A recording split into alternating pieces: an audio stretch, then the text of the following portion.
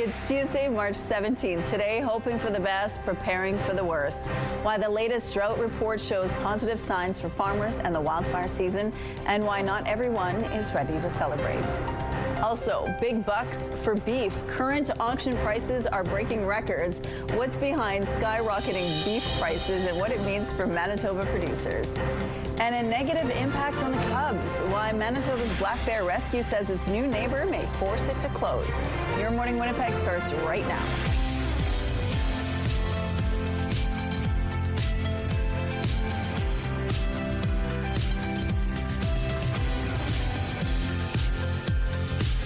Good morning, Manitoba. Happy Tuesday to you. Also, happy St. Patrick's Day, and that's what Ainsley McPhail. We're donning the green avoiding today. the pinches. Yeah, exactly. Self-defense green. Well, Ainsley is hanging out all morning long, telling us about St. Patrick's Day activities that are happening. We're going to get some dancing. We're going to talk about green beer. We're going to talk about the festivities that are happening in the city tonight.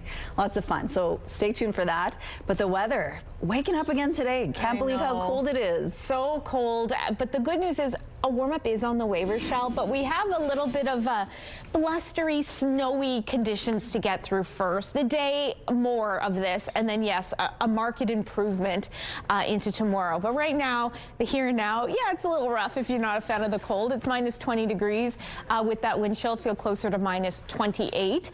Apologies, those sky conditions should be mainly clear. Winds are out of the south at 14 kilometers per hour. We are still a good hour plus away from official sunrise. Pressure is falling, humidity sitting there at 76%. So yes, we are starting off on a rather overcast note, and as you can see on our radar, this warm front has created a bit of a system, if you will, likely to spread flurry activity throughout much of the province today, Winnipeg included. Our futurecast gives us a better sense, so it's quite horizontal there, vertical, excuse me, not horizontal. How do you know that I'm not a morning person or not used to the shift anymore? Because the words, they don't come easy. So yes, as the day progresses, it'll fan out. For us here in Winnipeg, we're looking at about 5 centimeters worth of snowfall coming today. But areas further to the west could see about 5 to 10 centimeters. That's kind of where the broadest accumulations are, where the system will really find its shape, if you will. Under that, though, some very strong southeasterly winds could be causing some visibility issues this morning on your drive, because it's looking like those flakes are going to start flying in the next couple of hours, and those winds will come alongside them. As the day progresses, you see it move off nicely. However, to the north, you too dealing with flurry activity today and that tail end developing. So those flurries likely to continue overnight and into tomorrow. In terms of our temperatures, we've been struggling to make it into seasonal. Once again, that will be the case. Sorry, I'm trying to get through this future cast because it is on the fritz. Minus 9 degrees is our high. 0 is what's typical. I mentioned that warm up. It comes tomorrow with a high of 2. Thank you, Catherine. The drought situation in Manitoba is improving. Data from Agriculture and Agri-Food Canada shows conditions aren't as dry now as they were in the fall, which is welcome news after last year's devastating wildfire season. But some are still predicting a hot, dry summer ahead. CTV's Jeff Keel reports. Manitoba experienced one of the worst wildfire seasons in history last year. 2 people died in the Arm of Lac du Bonnet. Homes and cottages were destroyed. Many were displaced. The province was plagued with drought conditions. So how are things looking going into this spring? So drought conditions have changed quite a bit over the winter. We're seeing some really good improvement throughout Manitoba. Agriculture and Agri-Food Canada tracks drought conditions. The lighter the color, the better. You can see on these maps between November and February the drought conditions subsiding. Trevor Hadwin from Agriculture and Agri-Food Canada says it could all depend on how fast the snow and ice melts. An early spring could bring a high wildfire season, so the later spring comes, the better. So that's kind of what we're hoping for. We do have more moisture in the area of the forest areas this year, so looking forward to a good season rather than what we've seen over the last number of years. But when looking at the maps, it appears things are drier this February compared to last February. Mother Nature is continuing to throw curves at us. Lauren Schinkel, Reeve of the Arm of Lac du Bonnet, says while they do have a good amount of snow, indications are a hot, dry summer is coming, so they're gearing up. We can never be over prepared for another situation like our residents endured last year. From a farming standpoint, Charles Fossey near Starbuck is optimistic now for seeding. It looks like we're going to have adequate moisture to get the crops growing. He says the yield will come down to what happens in June and July. When we get temperatures over 30 degrees, especially like for several days in a row, that can really affect the growth of crops. Jeff Keel, CTV News, Winnipeg. Premier Wab Kinew now says it could be months, not weeks, before the province's first supervised consumption site opens. In the process of us shifting from a federal to provincial approval, I have realized that I want this thing to be done right. I don't want it to be done quickly. If it could be done right, according to a quick timeline, that would be wonderful, but it's not looking that way. Kinew couldn't provide a timeline, saying the province is working with Aboriginal Health and Wellness to determine how users will be connected to treatment, recovery, or social service options. Earlier this month, the province announced it was looking at setting up a temporary structure at the proposed site on Henry Avenue, while federal approval is pending for permanent operation. Now, Kinew says the province is taking a step back from this approach to ensure different healthcare interventions are in place. The NDP government says the facility is needed to address overdose deaths in Winnipeg and reduce the number of people using drugs out in the open. A type of mug sold through Tim Hortons is being recalled over the potential for burdens. They look like this, white mugs with a pink interior and handle which reveals a donut when it gets warm. Health Canada says the mug may break when filled with hot liquid. As of last week, it had received 28 reports of incidents in Canada and 1 reported burn injury. More than 25,000 of the mugs were sold at Tim Hortons locations and online. You're asked to return the mug to a Tim Hortons location for a refund, or if you purchased it online, contact customer service. Prime Minister Mark Carney is now officially on holidays in Europe after wrapping up some meetings in London. Carney met with the UK Prime Minister yesterday for a bilateral meeting where the two leaders reinforced their support for Ukraine. He also visited Buckingham Palace for face-to-face with King Charles. For the next 6 days, Carney is on vacation, but the Prime Minister's office says he will be in close contact with staff on critical issues. As the U.S. and Cuba negotiate over the future of the Caribbean island, Donald Trump has raised the possibility of, quote, taking Cuba and doing anything he wants with it. I do believe I'll be having the honor of taking Cuba. That'd be a good honor. It's a big honor. Taking Cuba. Taking Cuba in some form, yeah. Taking Cuba. I mean, whether I free it, take it, I think I could do anything I want with it. You want to know the truth? They're a very weakened nation. And inside the country of about 11 million people, a blackout after a complete disconnection of Cuba's electrical system. It's the third major blackout in 4 months. Cuba's government blaming aging infrastructure and the U.S. energy blockade after Trump threatened tariffs on any country that sells or provides oil to Cuba. The country's president said the island has not received shipments of oil in more than 3 months. It's a less than welcome sign. Spring is right around the corner. Potholes are popping up all around the city. Manitoba Public Insurance says 102 pothole claims have been made in Winnipeg since the calendar turned to March, and another 71 were made in February. A city spokesperson says crews have been filling potholes throughout the winter and continue to repair roadways as needed. But an Environment Canada meteorologist says we're heading into a freeze-thaw cycle, creating ideal conditions for more potholes. Gimli's Carrie Anerson was hoping to make it 4 in a row as her Team Canada rink met Denmark at the Women's World Curling Championship Monday afternoon. Got to get to the top of the button and be shot rock. And they will not. And Canada will pick up a 4th straight win. And she did it. Anerson notched a 9-6 win in the tight back and forth clash. The undefeated Canadians will next face the 1-3 Italians later today. The top 6 teams at the conclusion of pool play advance to the playoffs. The top 2 teams earn direct entry into the semifinals. A savvy 4-legged border agent with a nose for high-risk luggage has sniffed out more than 22 kilograms of meat at Toronto's Pearson Airport. The CBSA posted on social media that Darla led officials to a suitcase filled with raw duck, pigeon, chicken, and rabbit earlier this month. The luggage belonged to a traveler from Egypt. The food was declared, so no action was taken against the passenger.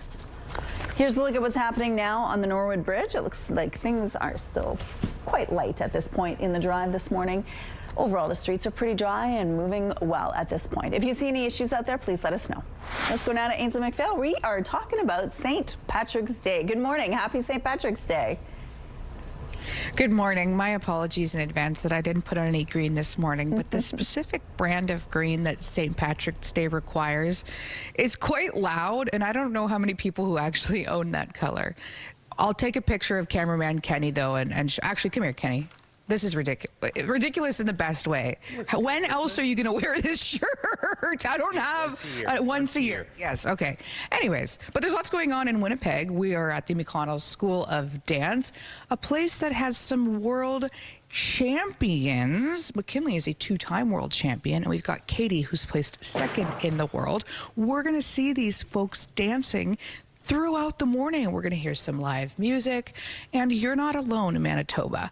Shannon's Pub, the Irish Association, as well as the Thirsty Lion, they've got this too. So stay tuned for those dances as we take you through the St. Patrick's Day morning. Okay, we'll see you soon. Thank you. Let's go out to the rooftop now. It's a cold start to St. Patrick's Day. Ooh, it is. Yeah, I don't know if you need like a warm beer. No, or just a cup of beer to warm you up. I'm having trouble. An Irish coffee. That's better.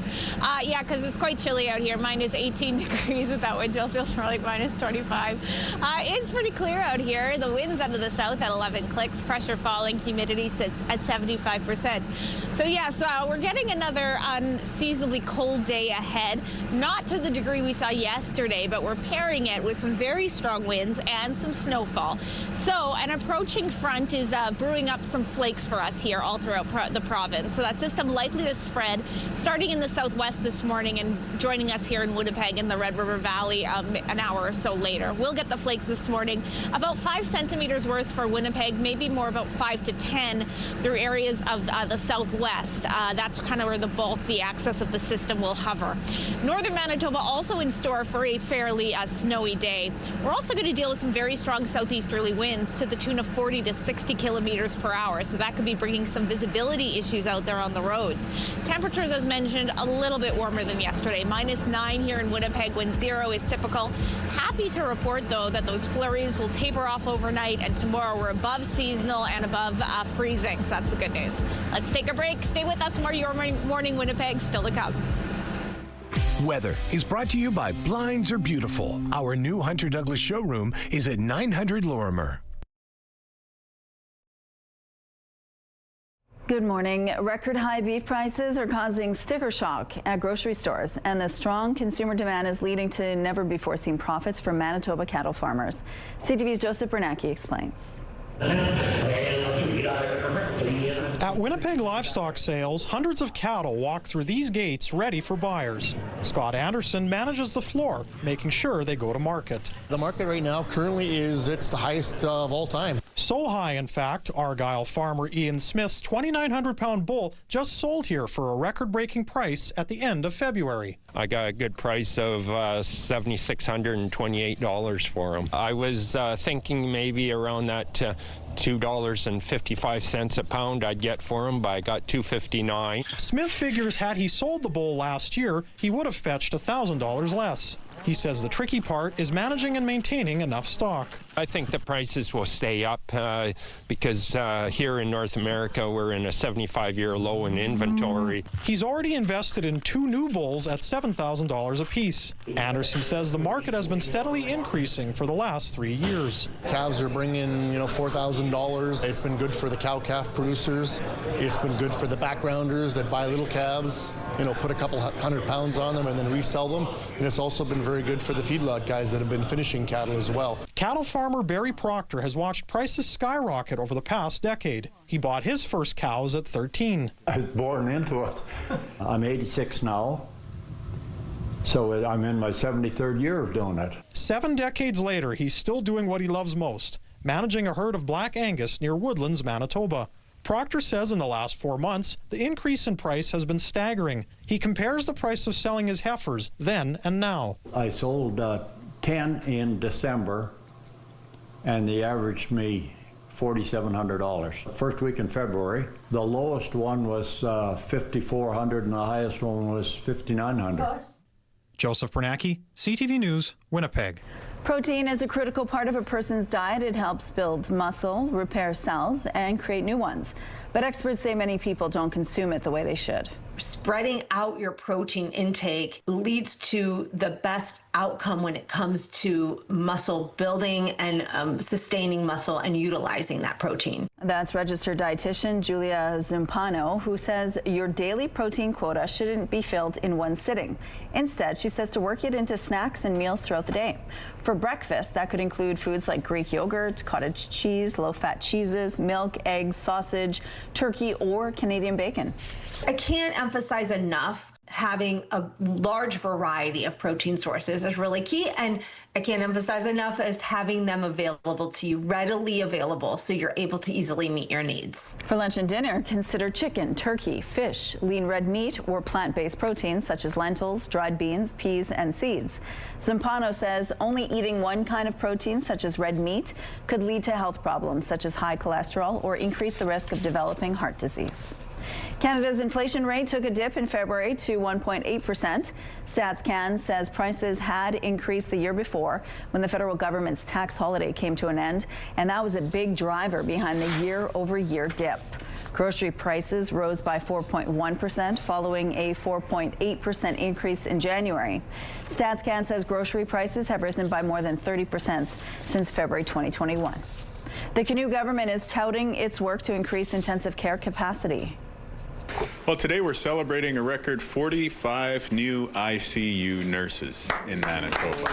Those nurses began their intensive care unit training in January and are set to graduate on April 23rd. Health Minister Uzuma Azaguera says the nurses have jobs waiting for them at hospitals in Winnipeg, Brandon, and Dauphin.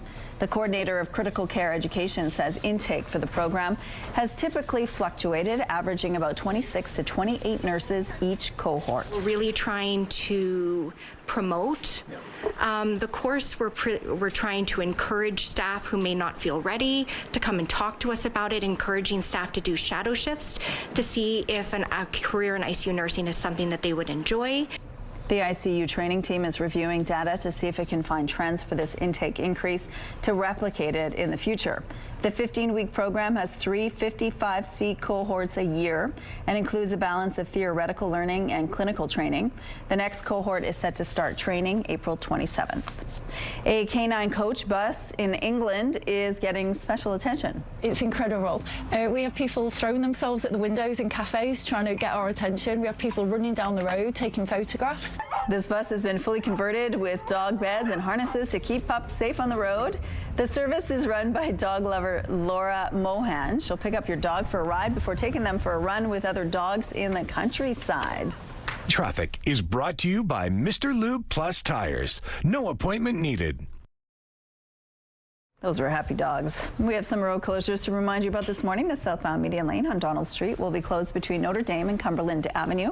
Following the rush hours on Main Street, the southbound curb and middle lanes will be closed from Alfred to Burroughs Avenue. And the southbound median lane on Pembina will be closed between Stafford and Harrow Street. If you see any issues out on the streets, please send us a text at 10400. The CTV Live Eye is brought to you by Bath Fitter, exclusive home of the PermaFit solution.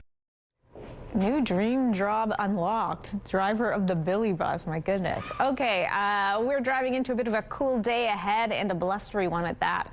It's minus 18 degrees to kick us off on this Tuesday. That wind chill making it feel closer to minus 25. Pretty clear out there. Southerly winds at 11 kilometers per hour. Pressure falling, humidity sitting at 75%. Yes, we're still kind of struggling to get to seasonal values. We won't make it today, but a warm up is in the cards. I'll have details on that in a moment, but focusing on the here and now. The here and now is quite chilly, minus 16 degrees in Morden and Winkler. Same goes for Portage La Prairie. Brandon at minus 13 degrees. Over in Kenora, minus 21 at 6:21. Up to the north, temperatures quite a bit cooler, including and most notably in Churchill at minus 31 degrees. Apologies, our wind chill map has been on the fritz lately. I will double check on what's plaguing it, but needless to say, it's feeling a little bit chillier than even minus 31 degrees, closer to minus 40 this morning. So do bundle up if you must head outside. Seeing a good amount of cloud coverage to kick off our day in advance of this system that's rolling in, likely to bring a good amount of flurry activity off and on throughout the day through basically all of Manitoba. The flakes will likely be flying as the kids arrive at -17, -13 as they take lunch under very strong southeasterly winds. Not 100, -110 degrees, -10 degrees on the way home. Welcome to a Tuesday, folks. Temperatures will get as warm as -9 degrees, about 5 centimeters worth of flurry activity expected today. Temperatures, if you could see, getting actually warmer overnight because we're in store for a warm-up tomorrow. Dylan is staring you down near Hartney with his calf photo. Thanks so much for sending that in, and keep your weather pictures coming to Winnipeg Weather at ctv.ca.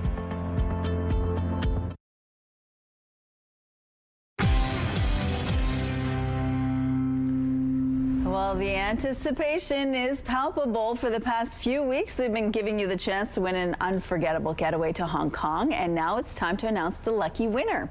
Congratulations to Marina Chan. You have won a trip for two to Hong Kong, courtesy of the Hong Kong Tourism Board. Your prize includes round-trip flights on Cathay Pacific, 4 luxurious nights at the Park Lane, Hong Kong, $1,000 spending money, and more. Get ready to explore vibrant markets and serene temples, indulge in world-class cuisine, and take in breathtaking views of Hong Kong. Enjoy your trip, Marina. Congratulations. 3 hockey teams from Newfoundland set to play in Cole Harbour, Nova Scotia, suddenly found themselves without equipment. As CTV's Paul Hollingsworth reports, that's when the community got the assist. This arena is known for producing hockey superstars. But it's also home to a massive tournament, 160 hockey teams playing hundreds of games over March break. 3 of those teams from Newfoundland and Labrador landed at the airport over the weekend ready to play. But there was a huge problem. Went to baggage to collect their gear, and unfortunately their gear bags weren't here. Gear bags were left in Newfoundland. It was a devastating setback. The U11 team from St. John's was prepared to return home right away. We thought that this trip was going to be one where the kids would be sad and upset we wouldn't be able to play. Tournament organizers and community members rallied to find a solution. What do you do when you're a hockey community? You step up and make sure the kids can get on the ice. They put a call out for gear donations, and the response was overwhelming. Within hours, this room was packed with everything the players needed. We probably had gear to outfit 20 to 25 kids. Teams started coming in from Newfoundland around 7:30. And they were able to grab everything they needed in order to outfit their kids. The 3 teams were able to play on the ice, but off ice, they were overwhelmed by the support. A lot of people reached out to offer support, local businesses, individuals that we don't know, and just wanted to help in any way to create a special moment for these kids. Tournament chair Jeff McPhee says Cole Harbour is a place where neighbors watch out for each other, and people will do anything to support children playing the game they love. The hockey community coming together and taking care of everybody, just like we always do. The U11 team from St. John's captured the championship in their division. The head coach calls it a gold medal finish and a heartwarming hockey experience. Paul Hollingsworth, CTV News, Cole Harbour, Nova Scotia. Get ready to see the greatest skaters in the world. Stars on Ice returns to Canada Life Centre on May 6th for one show only. And Your Morning Winnipeg has 4 tickets to give away this week. Canadian skating icon Elvis Stoico will be joined by Piper Gillies and Paul Poirier, Leah Pereira, and Trent Michaud, Caitlin Osman, among others. To enter, head to the contest page on our website, ctvwinnipeg.ca. Don't forget to enter the keyword STARS. Good luck.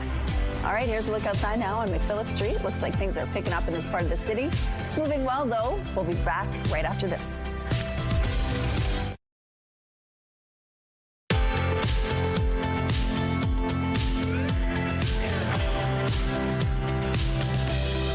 On Snow Watch this morning because, yes, we're in store for a snowy and blustery Tuesday ahead.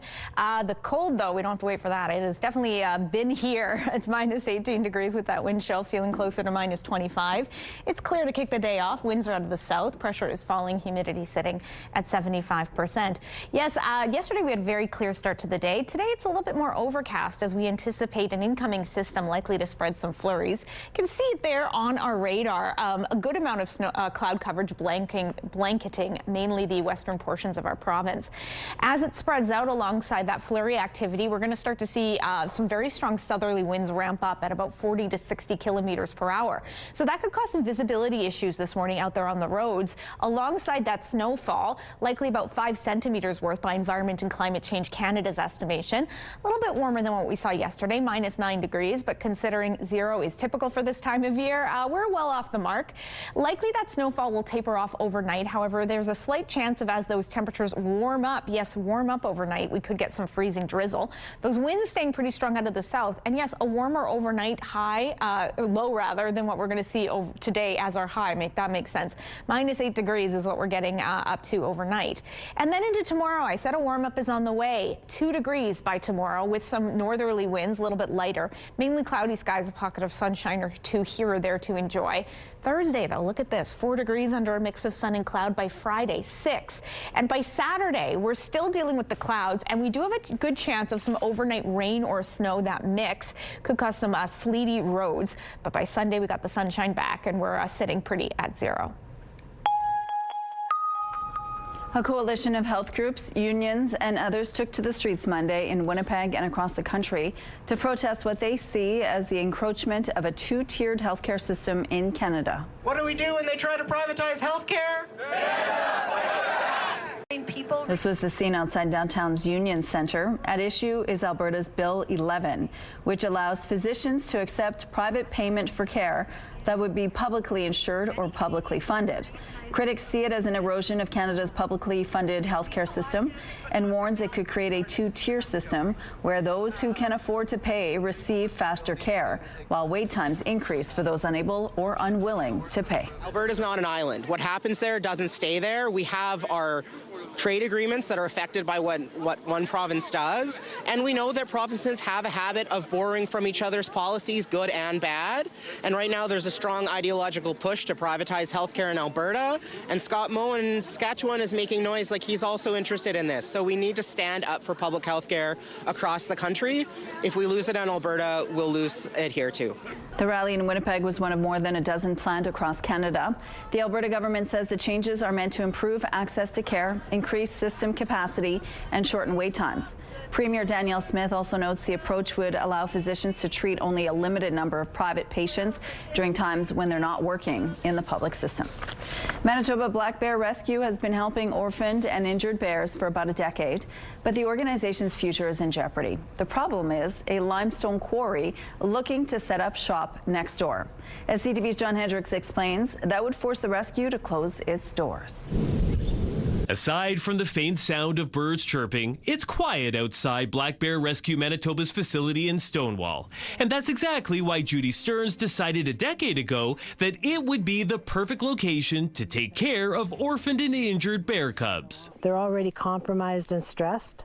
They're often emaciated, anemic. Some of them are very near death. And so they need peace and quiet, and it's been very good, this location, for that. But Stearns is concerned it won't be a quiet location for much longer. A company called Amrise has applied for a conditional use permit for this field, right next to Stearns' property. They want to turn it into a limestone quarry. There would be nothing between them and where the proposed quarry would be out across the field in the distance. Stearns says noise and vibrations can already be felt occasionally from an existing quarry about 5 kilometers away. I've been outside monitoring the bears, and they'll run and take cover in their den house. She says it would be far worse if limestone was being blasted out of the ground next door. And she isn't the only one questioning the proposed location. Ultimately, we do have some concerns about the distance of this quarry, particularly that's being requested, or the conditional use that's being requested, in terms of its distance to the community and the impact on the residents of our town. In a statement to CTV News, Amrise writes in part, the project will comply with all municipal and provincial regulations, including environmental and setback requirements. The initial extraction phase is approximately 2 kilometers from the nearby Black Bear Rescue Center, and the haul route is intentionally designed to avoid the facility. But if the project does go ahead, Stearns fears she'd have no choice but to close the rescue. It's just not conducive to having a wildlife rescue with noise-sensitive, timid animals right next door to a quarry. John Hendricks, CTV News, near Stonewall. A public hearing is being held Thursday to discuss the proposed quarry at Stony Mountain Community Centre. The decision is then ultimately in the hands of councillors from the RM of Rockwood. Ontario's Premier is now urging Ottawa to amend the criminal code to legalize the use of pepper spray for self-defense. It's a common sense way to help people, especially women in vulnerable situations, to protect themselves and their family. Ontario Premier Doug Ford called for the change while criticizing what he calls a broken bail system. But not everyone is on board with making pepper spray legal. Critics believe it could lead to more violence or accidents if it gets into the hands of children. Premier Ford is also pushing for the federal government to collect DNA from people arrested for serious sexual offenses to speed up investigations. There are still teens using social media in Australia 2 months after a ban was put in place. Data from a parental control software company says 20% of Australian teens have found a way around the ban. The Australian government is doing its own tracking on the effectiveness of the ban, but those numbers haven't been released yet. Australia has said it will take time for platforms and users to adapt. Nobody does it like Chicago. River here and the people making it, everybody coming out to see it, the whole city is just alive. Chicago's iconic St. Patrick's Day celebrations kicked off on Saturday with the dyeing of the river. Thousands of people also turned out for the big annual South Side Irish Parade in the city. The event featured pipe bands, Irish dancers, community organizations, and first responder honor guards. Here's a look at traffic now on Portage Avenue. Looks like things are moving quite well starting off this Tuesday morning. If you see anything out there, please let us know. Here's a look at your gas prices. They continue to go up. The Canadian average stands at $1.66. The provincial average is $1.58. In Winnipeg, the average is higher at $1.61, and the lowest price in the city is $1.49. All this information is on gasbuddy.com. Coming up, we have our own St. Patrick's Day celebrations right here in Winnipeg. We're going to find out more about what's happening tonight. Stay with us.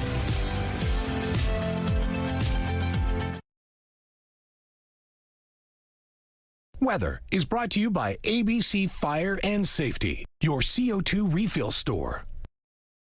If I wasn't awake already, stepping outside sure did the trick. Yes, it's another chilly start to the day, minus 18 degrees in Winnipeg. With that wind chill feeling closer to minus 25. Pretty cool out here. Southerly winds at 11 kilometers per hour. Pretty clear is what I meant to say. Pressure is falling. Humidity sits at 75%.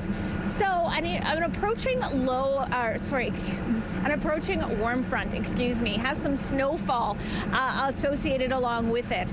So that means we're going to be seeing the flakes starting to fly, not just here in the south, but all throughout Manitoba, beginning this morning and continuing on throughout the day.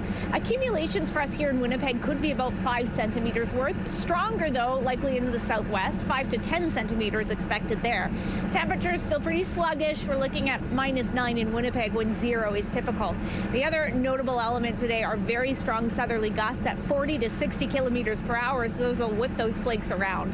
The good news is for us here in the south, the snow will taper off overnight, setting the stage for a rebound tomorrow in terms of our temperatures when that warm front finally arrives. We're saying happy St. Patrick's Day and top of the morning to Ainsley McPhail, who's spending the day at McConnell's Irish Dance Studio.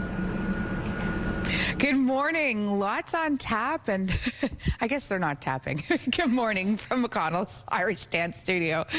Shailene McConnell-Finucane is joining me now alongside a very highly decorated group of Irish dancers to my right. Tell me about what's going on today, Shailene. Well, good morning and happy St. Patrick's Day. Of course, it's a busy day for everybody who's Irish in the city. So we are performing throughout the city today. We are at the Irish Association of Manitoba. We're at Shannon's Pub. We're at Thirsty Lion Tavern. And we're also doing some community service performances at care homes and spreading some St. Patrick's Day cheer. That's beautiful. Look at the trophies, and this past year you've really racked them up. Yes, it's been a very successful year for the kids. We have a world champion, a North American champion. We have a second place in the world and second place in the North American Nationals. And as you can see, very successful year for the kids. They've been working really hard, and that hard work has paid off. Winnipeg, Manitoba, a juggernaut in Irish dance, the best kept secret in the world. I love it. Okay, what are they going to be doing for us today? They're going to be doing a step about, which is a traditional Irish dance technique of just showing the best you can do. So one at a time, they'll do their best and most favorite steps. Awesome. Let's see it. You guys take it away.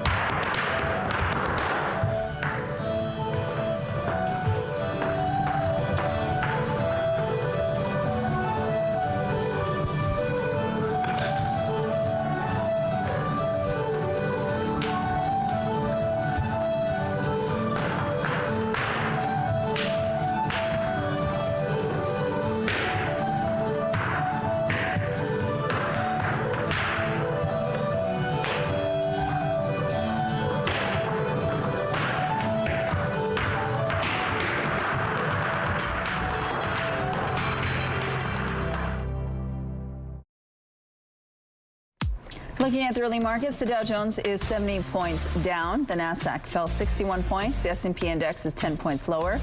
The loonie had small losses set to 73.1 cents U.S. Overseas, the Hang Seng added 34 points and the Nikkei lost 50 points. Good morning. It is 6:46. Premier Wab Kinew now says it could be months, not weeks, before the province's first supervised consumption site opens. Process of us shifting from a federal to provincial approval, I have realized that I want this thing to be done right. I don't want it to be done quickly. If it could be done right, according to a quick timeline, that would be wonderful, but it's not looking that way. Kinew couldn't provide a timeline, saying the province is working with Aboriginal Health and Wellness to determine how users will be connected to treatment, recovery, or social service options. Earlier this month, the province announced it was looking at setting up a temporary structure at the proposed site on Henry Avenue, while federal approval is pending for permanent operation. Now Kinew says the province is taking a step back from this approach to ensure different healthcare interventions are in place. The NDP government says the facility is needed to address overdose deaths in Winnipeg and reduce the number of people using drugs out in the open. Canada is joining a list of allies condemning the escalating violence in Lebanon. Canada, France, Germany, Italy, and the United Kingdom have now issued a joint statement saying they are gravely concerned and calling for meaningful engagement by both Israel and Lebanon to reach a political solution. The group is condemning Hezbollah for joining Iran in hostilities and its attacks on Israel. The group of allies is also warning against a significant Israeli ground offensive, saying it would have devastating humanitarian consequences and could lead to a protracted conflict, adding the humanitarian situation in Lebanon is already deeply alarming. We will not be engaging offensively in this war. I want to be very clear. We are not going to be engaging offensively in this war. And the question of the Strait of Hormuz is one that is evolving. It's changing. It's hard to get hard information, to be honest with you. Meanwhile, Defense Minister David McGuinty made it clear that Canada would not be participating in the war offensively, but did say Canada is, quote, leaving the door open to providing assistance in the Middle East. Meanwhile, Foreign Affairs Minister Anita Anand is in Turkey today and is expected to provide an update later this morning. It all comes as U.S. President Donald Trump is disappointed with many NATO nations turning down his demands to help secure the Strait of Hormuz. They weren't that enthusiastic. Well, we want to know, do you have any minesweepers? Well, would rather not get involved, sir. I said, for 40 years we're protecting you and you don't want to get involved in something that is very minor? The Strait of Hormuz is under attack by Iran, choking off about 20% of the world's oil supply, sending gas prices soaring. Trump says he is in talks with 7 countries, hoping to bring in warships to help escort tankers to keep oil flowing, adding it would be, quote, very bad for the future of NATO if they don't step up. Teens relying on artificial intelligence to suggest diet advice might need to think twice. 5 different AI models were reviewed as part of a new study published in the journal Frontiers in Nutrition. It found diet plans are underestimating required nutrient intake for adolescents, both micro and macro levels.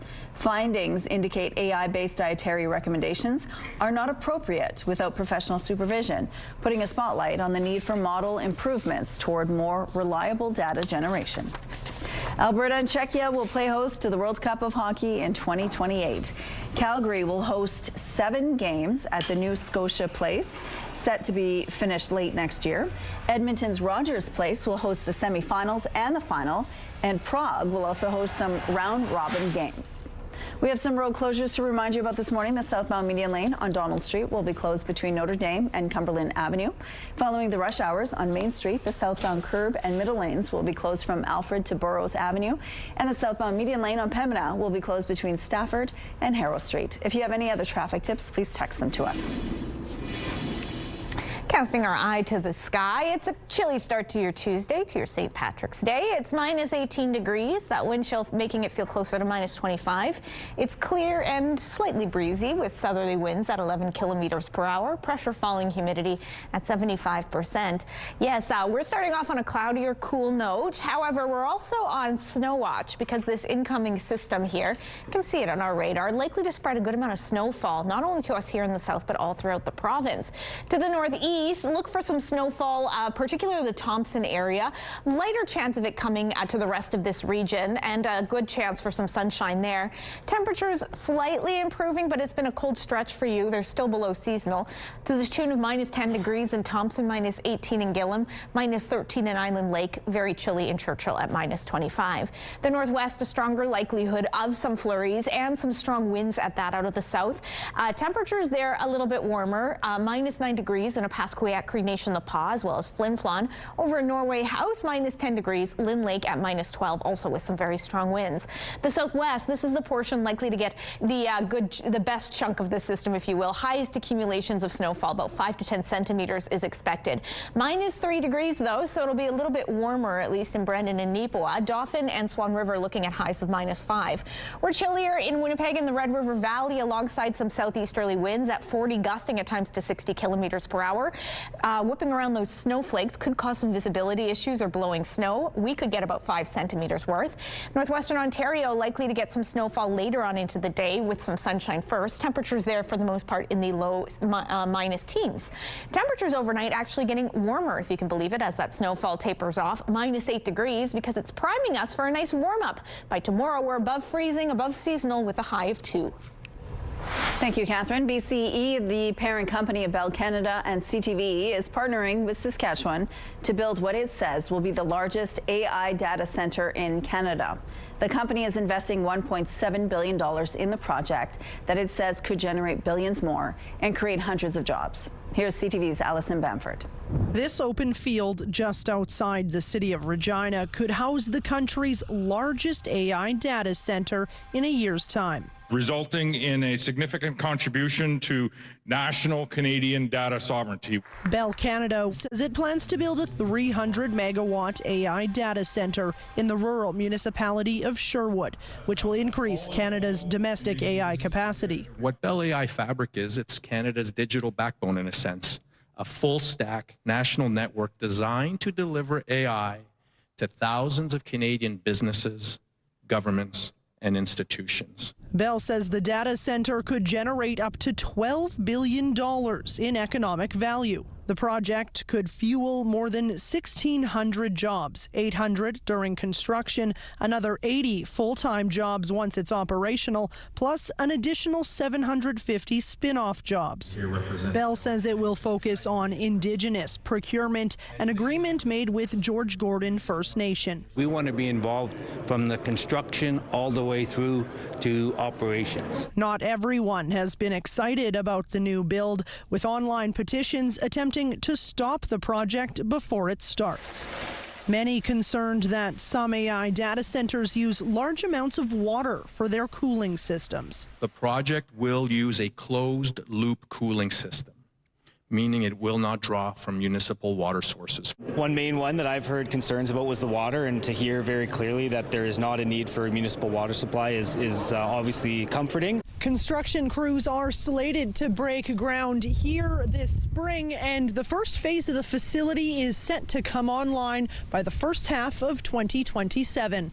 Allison Bamford, CTV News, Regina. A BC doctor has taken up an unusual side hustle, but he's not in it for the money. CTV's Adam Sawatsky finds out why the Victoria man traded his scrubs for a kilt. Ken Wilson is on a journey that began in a Scottish village when he was just wee and fell under the spell of the bagpipes. I don't know what the magical wavelength is, but there's something about it. Appreciating that magic is one thing, learning how to make it is another. Well, there are two words for that: peer pressure. When Ken was 11, his best friend couldn't have been more keen to play the pipes. I was a little less enthusiastic, but his enthusiasm rubbed onto me. After signing up for lessons after school, Ken found himself falling in love with the bagpipes. I can't explain it. It's like a relationship. The chemistry has to be there. It was certainly there, and remained there when Ken eventually decided to enlist in the Navy. But the Navy doesn't have bagpipes, so I had to go with Army. Ken served in Scotland before moving to Canada to serve here, piping perpetually. It's an instrument of war, so we like to let everybody know that we're here. Now, Ken is welcoming everyone who visits here by busking for tourists. Met lots of people and good exercise. Cardiopulmonary is good. And Ken knows that because he's also a doctor, working as a published medical specialist, teaching as a clinical medical professor, and giving back as a philanthropist. The busking is I'm not here to make a ton of money. Instead, the doctor is here to prescribe the public something positive. I love the bagpipes. It's a pure enjoyment. It's joie de vivre. While you won't find that diagnosis in a medical journal, this wee lad learned early it's an enduring symptom of making magic. Adam Sawatsky, CTV News, Victoria. All right, here's a look outside now at the Provencher Bridge. Slowly, things are picking up in this part of the city. We'll be back after this short break. Stay with us.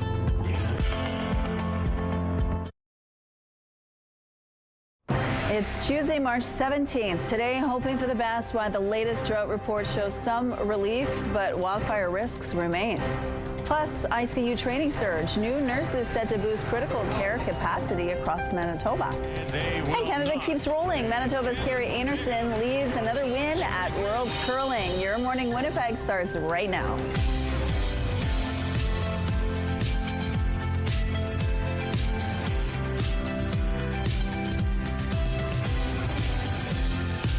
Good morning, Manitoba. Happy St. Patrick's Day to you. It is Tuesday, of course, and we have a lot in the next couple of hours for you, including continuing our St. Patrick's Day coverage with Ainsley McPhail throughout the morning. But also at 7:52, we're going to talk about CUSMA, because CUSMA is coming up for negotiation in July. That, of course, is the trade agreement that we have with Mexico and the U.S. Will there be a new deal? Will it work in our favor? We're going to find out a little bit more on what we have that is giving us a little bit of leverage. So we're going to talk about that a little later. But the weather, we're going to get cold and snow today. I know, I wish I could negotiate with Mother Nature and get us a little bit of a better deal for today. But yes, as it stands, it's going to be a snowy, blustery day. It's minus 18 degrees, that wind chill making it feel closer to minus 25. A clear start, though some clouds will be rolling in momentarily. Winds are out of the south at 11 kilometers per hour. Pressure is falling. Humidity sits at 75%. So yes, we have some snow coming in kind of wrapped around this incoming warm front. So we will get some warm temperatures, but first we got to deal with some blustery, snowy conditions. You can see it there picking up on our radar. It looks like a kind of hefty mass, but our Futurecast does a better job at painting how it'll unfold.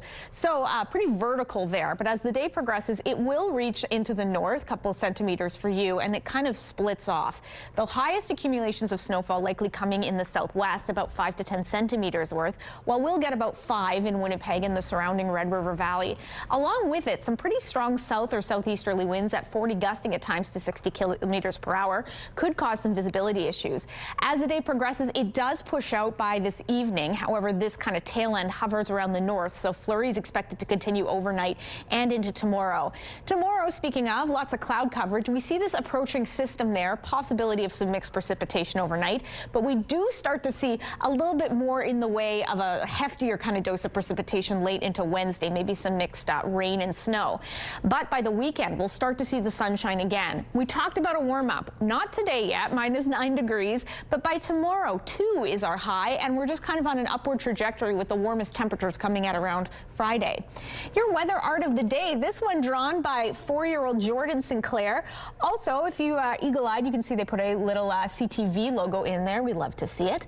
And you can get in on this fun. To submit your child's weather art of the day, you can visit our website, ctvnewswinnipeg.ca, and fill out the form. Your art can be shown on Your Morning Winnipeg, and it's also going to enter you into our monthly contest for a chance to win a $100 gift card from Crockadoodle on Keniston. The weather art of the day is brought to you by Crockadoodle Paint Your Own Pottery. Make memories that last forever.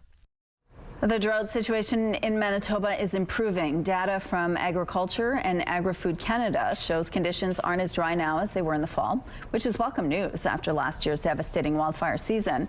But some are still predicting a hot, dry summer ahead. CTV's Jeff Gill reports. Manitoba experienced one of the worst wildfire seasons in history last year. 2 people died in the Arm of Lac du Bonnet. Homes and cottages were destroyed. Many were displaced. The province was plagued with drought conditions. So how are things looking going into this spring? So drought conditions have changed quite a bit over the winter. We're seeing some really good improvement throughout Manitoba. Agriculture and Agri-Food Canada tracks drought conditions. The lighter the color, the better. You can see on these maps between November and February the drought conditions subsiding. Trevor Hadwin from Agriculture and Agri-Food Canada says it could all depend on how fast the snow and ice melts. An early spring could bring a high wildfire season, so the later spring comes, the better. So that's kind of what we're hoping for. We do have more moisture in the area of the forest areas this year, so looking forward to a good season rather than what we've seen over the last number of years. But when looking at the maps, it appears things are drier this February compared to last February. Mother Nature is continuing to throw curves at us. Lauren Schinkel, Reeve of the Arm of Lac du Bonnet, says while they do have a good amount of snow, indications are a hot, dry summer is coming, so they're gearing up. We can never be over prepared for another situation like our residents endured last year. From a farming standpoint, Charles Fossey near Starbuck is optimistic now for seeding. It looks like we're going to have adequate moisture to get the crops growing. He says the yield will come down to what happens in June and July. When we get temperatures over 30 degrees, especially like for several days in a row, that can really affect the growth of crops. Jeff Keel, CTV News, Winnipeg. Prime Minister Mark Carney is now officially on holidays in Europe after wrapping up some meetings in London. Carney met with the UK Prime Minister yesterday for a bilateral meeting where the 2 leaders reinforced their support for Ukraine. He also visited Buckingham Palace for a face-to-face with King Charles. For the next 6 days, Carney is on vacation, but the Prime Minister's office says he will be in close contact with staff on critical issues. The federal union will be holding virtual town hall meetings next week with its members to discuss job cuts and the return to office mandate.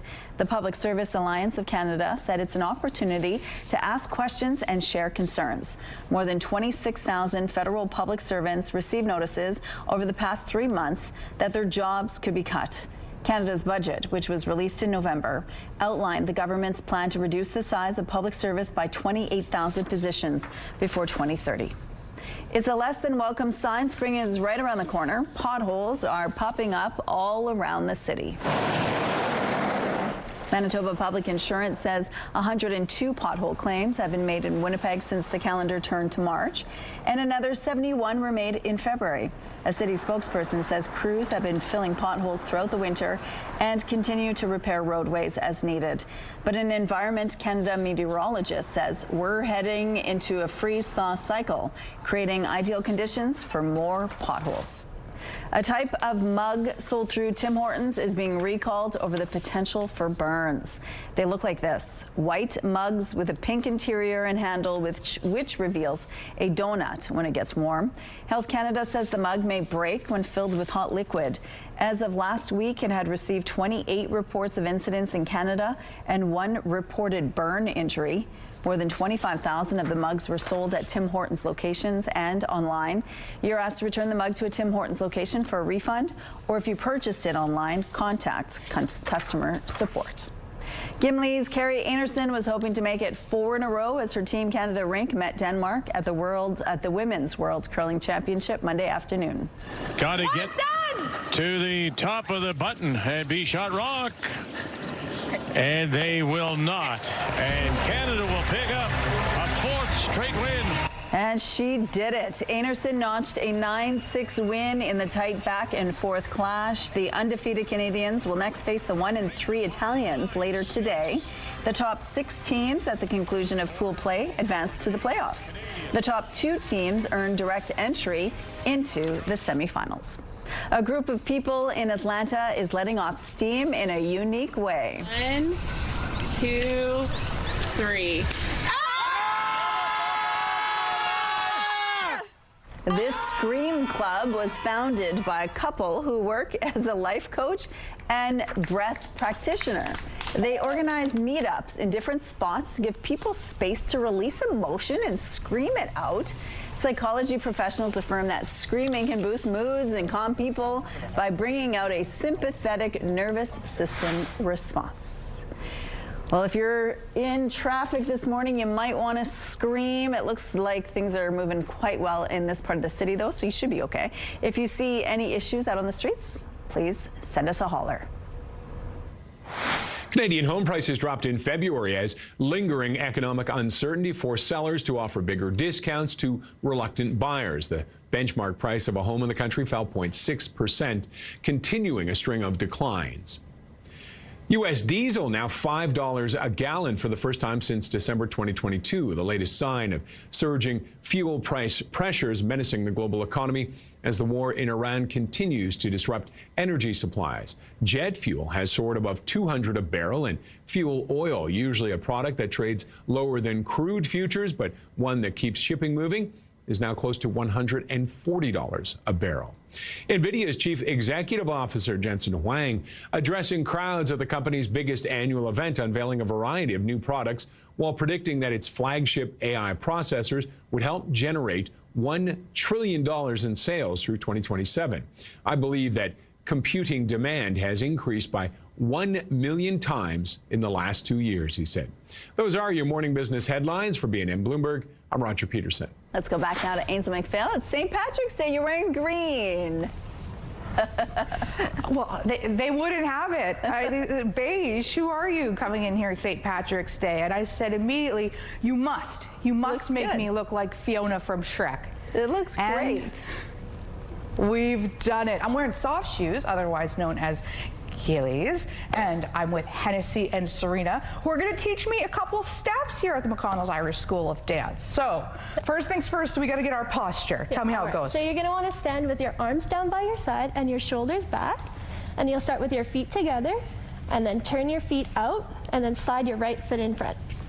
And then you're going to lift your foot up at the front with a nice pointed toe, and then jump onto it. So jump. And then using the foot you have up at the back, you're going to step it in front. So step, and then step behind with that back foot. Step behind. Yeah, and then you'd repeat it again on the other foot. Oh my goodness. They're called soft shoes, but I can assure you it's the furthest thing from soft to be wearing them. I'm in a lot of pain right now. 2 sizes too small, they tell me. Well, keep your arms down next time. Thank you, Ainsley. You did a good job. Let's go out to the female rooftop. Michael Flatley over there. Impressive stuff. Looks good, though. She's such a sport. How's it feeling out there right now? No, honestly, that outfit suits her. I'm looking for it. I hope she puts on a full performance for us later, because she's always so game. I'm not game for what Mother Nature has for us on this St. Patrick's Day. It's minus 17 degrees. Woof, with the wind chill feeling more like minus 25, double woof. It is starting to become pretty overcast in advance of some snow. Winds are out of the south, pressure was falling, humidity sits at 71%. So a warm front approaching. In advance of that, there is some snow kind of wrapped into that system. So we got to deal with that first before we get some much more seasonal and even warmer than seasonal values on the other side. So today, much of the province can expect some flurry activity or outright snow off and on throughout the day. About 5 centimeters worth is expected in Winnipeg and the surrounding Red River Valley. Higher accumulations of 5 to 10 expected in the southwest. Some very strong southerly winds could cause some visibility issues. Temperatures still cold. We're looking at a high of -9 in Winnipeg. Northern Manitoba, you're not exempt. You're likely to deal with flurry activity off and on throughout the day and overnight as the system kind of splits apart and lingers in the north. Temperatures there cooler in the low to mid minus teens, in Churchill getting as cold as -25. Weather is brought to you by Canadian Footwear, helping you find the perfect fit. It's time now for our question of the day. Today is St. Patrick's Day, so we want to know, do you believe in luck or use Lucky Charms? Do you think wearing green or a shamrock can bring you good fortune today? If so, share that with us. You can text your answer to 10400. Make sure to follow the automated instructions so we can feature your response, and don't forget to include your name, please. Question of the day, brought to you by Provivo, Manitoba's #1 cool sculpting clinic, science-backed body contouring. At Your Morning Winnipeg, we're all about celebrating your amazing pets, furry, feathered, or scaly. Your Pet of the Week submissions are amazing. We want to see more, whether it's dogs, cats, birds, or any other pet pals. Send them our way. Drop your pet photos and a fun little story about them to Pet of the Week at ctv.ca. And then catch us every Thursday to find out if your pet is our Pet of the Week on Your Morning Winnipeg. We're going to take a break here. We'll be back right after this. Oh, and we have a traffic alert before we go. A stalled transit bus is blocking the northbound lane on Pembina approaching Hortons, so keep right to pass. Now we're going to take a break. We'll see you right after this.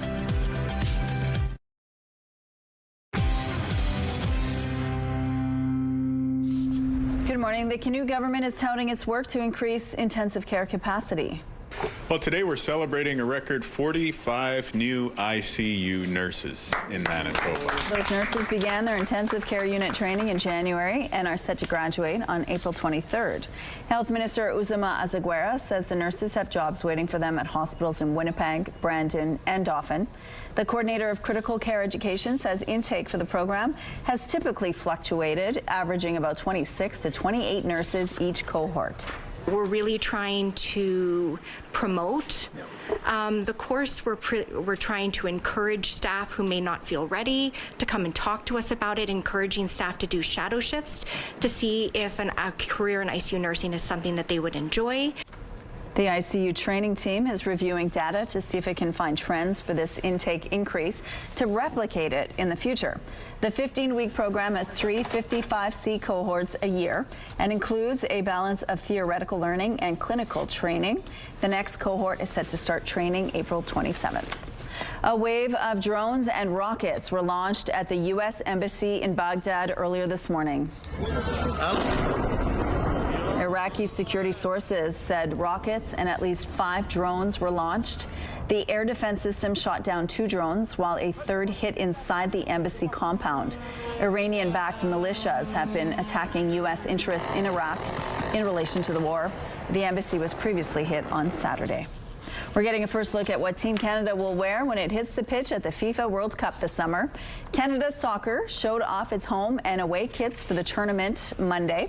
The Canadians will wear a 2-tone red jersey at home, which features a traditional design with a maple leaf in the center. The away uniform is a black kit with a white cracked ice pattern, which is meant to reflect Canada's frozen landscapes. Canada will play its first World Cup game on June 12th in Toronto. For those craving spring, here's something to soak in. This is one of Spain's most vivid spring scenes. Thousands of peach trees bursting into bloom. From late February to mid-March, the orchards draw visitors from across the world. Visitors say the sweet scent of the flowers and the bright colors make a perfect setting to slow down and enjoy nature. Here's what's happening now on the St. James Bridge. It looks like things are moving well in this part of the city starting off this Tuesday morning. If you see any problems out on the streets, please text them to us when it's safe to do so. Traffic is brought to you by the Kidney Foundation. Help by donating your car today. One of the world's best-selling rock bands will be back in black in Winnipeg.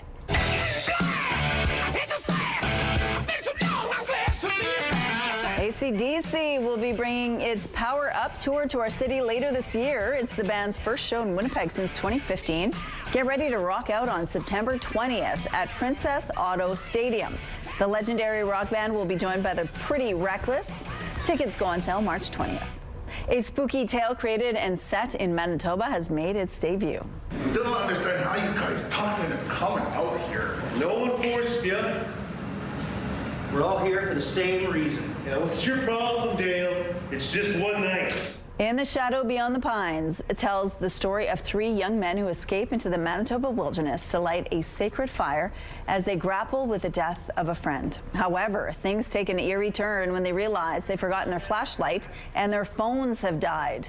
Director Jimmy Blaze says the production blends traditional Indigenous storytelling with contemporary horror. Sometimes traditional stories do that because they hold a purpose. Either they're meant to teach kids to stay away from things or for people to stay away from things, but also at the same time, I think it's valuable to heed the warnings. I think that's a direct quote from the play. But what Rhonda's done is kind of built the narrative around these stories to hold more of a horror structure to it. In the Shadow Beyond the Pines runs until the 28th at the Tom Hendry Warehouse Theatre. You can find tickets by visiting royalmtc.ca. The CTV Primetime lineup is brought to you by the Children's Rehabilitation Foundation. Your Tuesday primetime lineup starts at 7 with Will Trent. High Potential comes next at 8. RJ Decker is on at 9 and Catch Tracker at 10. It's all right here tonight on CTV. The CTV Live Eye is brought to you by Bath Fitter, exclusive home of the PermaFit solution. Taking a check-in on our weather, it's minus 17 degrees on this Tuesday, minus 25 with the wind chill. Starting to cloud over out there. Winds are moderate out of the south at 15 kilometers per hour. Pressure is falling, humidity at 71%. Winds not going to stay moderate for long. They will be ramping up and will be ramping up alongside a good amount of snow. Right now, though, we're starting off on a chilly note, as has been the case the last couple of days. Let me scooch out of the way so you all can see. Minus 15 degrees in Morden and Winkler, minus 14 in Brandon.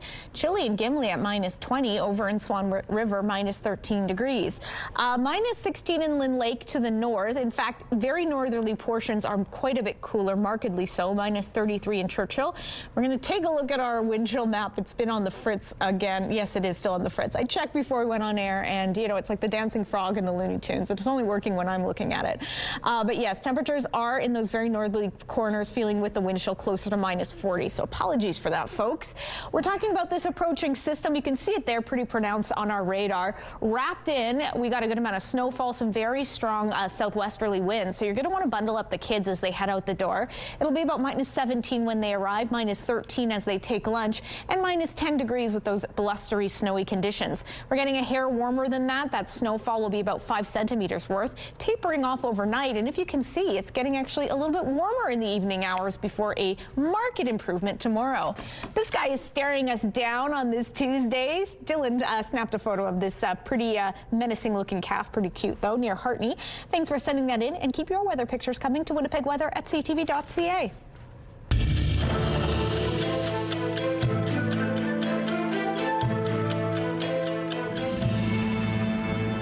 March 17th, 1966. The Gemini 8 capsule with Neil Armstrong and Dave Scott aboard began spinning violently in orbit. The astronauts made an emergency landing in the Pacific Ocean. March 17, 2003, U.S. President George W. Bush gave Saddam Hussein a 48-hour ultimatum to leave Iraq or face war. Prime Minister Jacques Chrétien confirmed Canada would not join without UN support. March 17, 2018, Canadian skier Brian McKeever won his 3rd gold at the Pyeongchang Paralympics in the men's visually impaired 10-kilometer classic, extending his Canadian Winter Paralympic medal record to 16.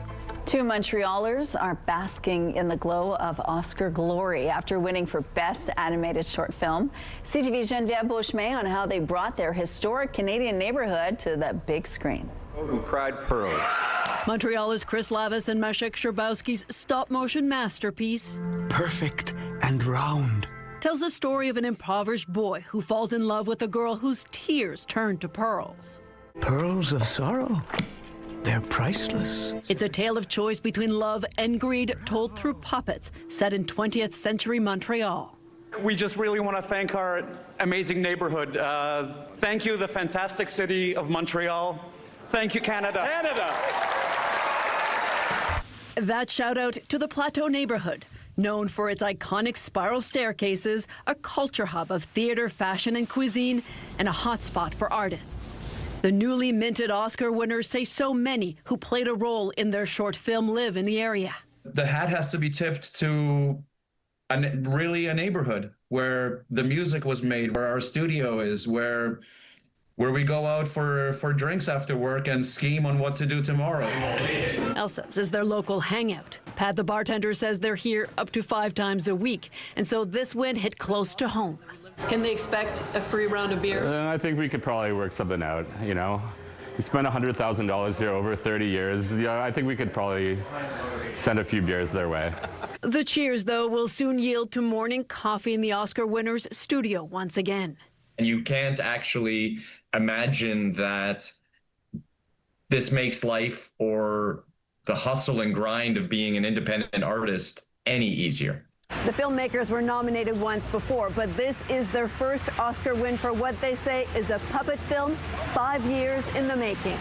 Geneviève Beauchemin, CTV News, Montreal.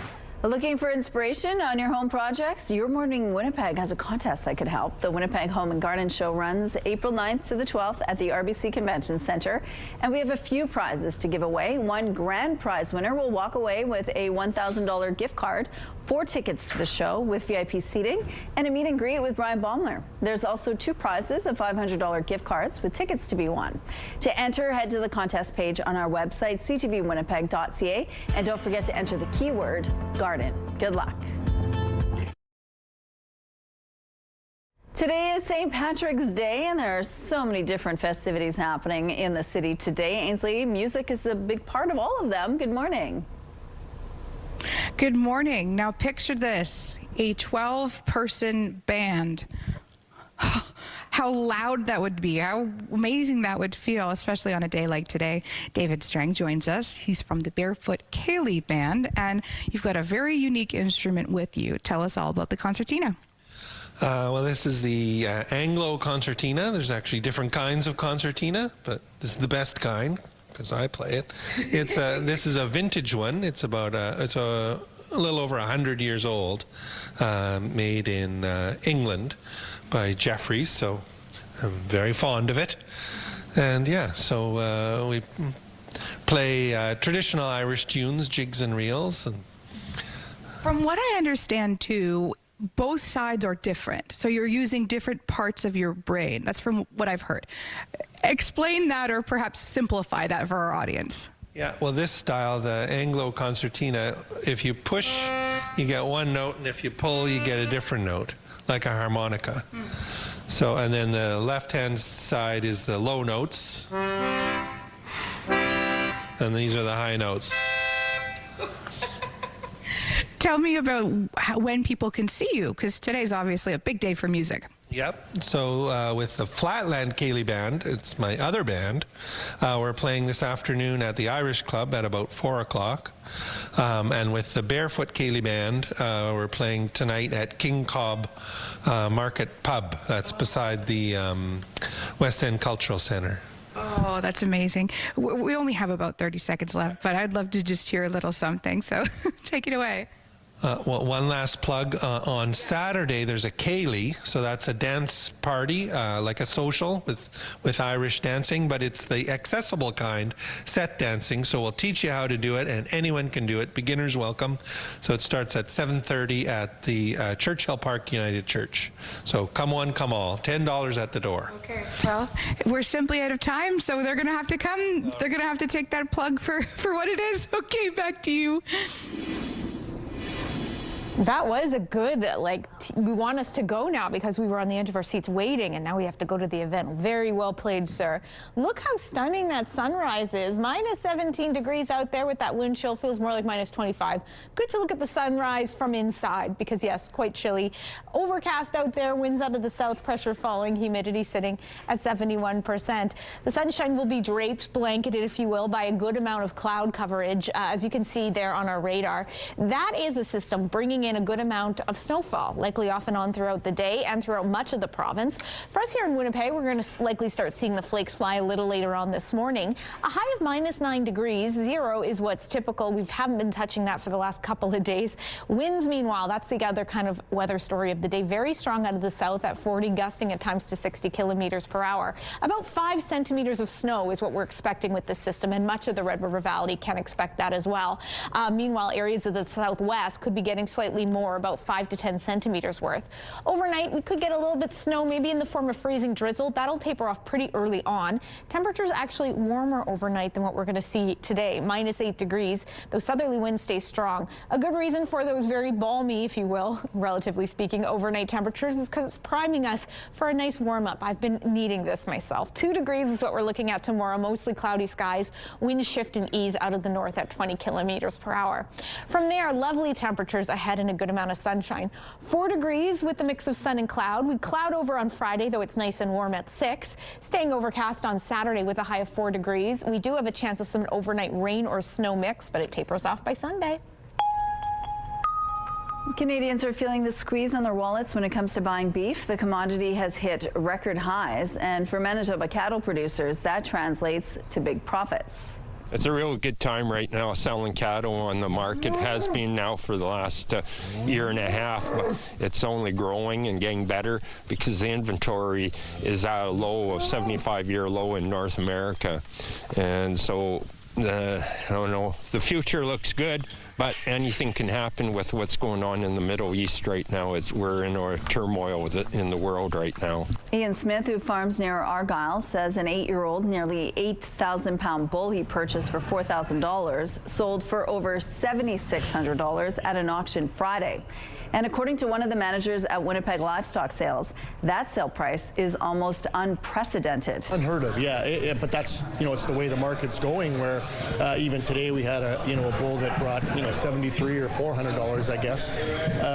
So yeah, that's huge. But I mean, the farmers need that because now to replace that bull, they're going to have to go to a bull sale, with genetics, etc., all considered. I might have to give, $15,000 to $20,000, to replace that bull. So, but that's good. Scott Anderson of Winnipeg Livestock Sales says when the industry was struggling a few years ago, some cattle producers switched gears to grain farming and broke up their pastures. But the farmers who stuck it out are reaping the benefits. A coalition of health groups, unions, and others took to the streets Monday in Winnipeg and across the country to protest what they see as the encroachment of a two-tiered healthcare system in Canada. What do we do when they try to privatize healthcare? This was the scene outside downtown's Union Centre. At issue is Alberta's Bill 11, which allows physicians to accept private payment for care that would be publicly insured or publicly funded. Critics see it as an erosion of Canada's publicly funded healthcare system and warns it could create a two-tier system where those who can afford to pay receive faster care, while wait times increase for those unable or unwilling to pay. On an island, what happens there doesn't stay there. We have our trade agreements that are affected by what one province does, and we know that provinces have a habit of borrowing from each other's policies, good and bad. And right now there's a strong ideological push to privatize healthcare in Alberta, and Scott Moe in Saskatchewan is making noise like he's also interested in this. So we need to stand up for public healthcare across the country. If we lose it in Alberta, we'll lose it here too. The rally in Winnipeg was one of more than a dozen planned across Canada. The Alberta government says the changes are meant to improve access to care, increase system capacity, and shorten wait times. About 1,800 people forced to leave Kashechewan First Nation due to unsafe water still have no clear date on when they can return. a lot tired, very tired now with these ongoing issues that are happening in the community. Kasheshawan First Nation in Northern Ontario has been without safe drinking water since January when a pump failure caused sewage to back up into the drinking water supply. Work is being done to repair the community, but those displaced haven't heard yet when they can return. Evacuees have been sent to several places, some as far away as Niagara Falls. U.S. President Donald Trump is now raising the idea of controlling Cuba as another massive blackout hits the island. I do believe I'll be having the honor of taking Cuba. This is the third major blackout on the island, which is grappling with an energy and economic crisis. Crews are now slowly restoring power. The island has been cut off from any oil shipments for the past 3 months.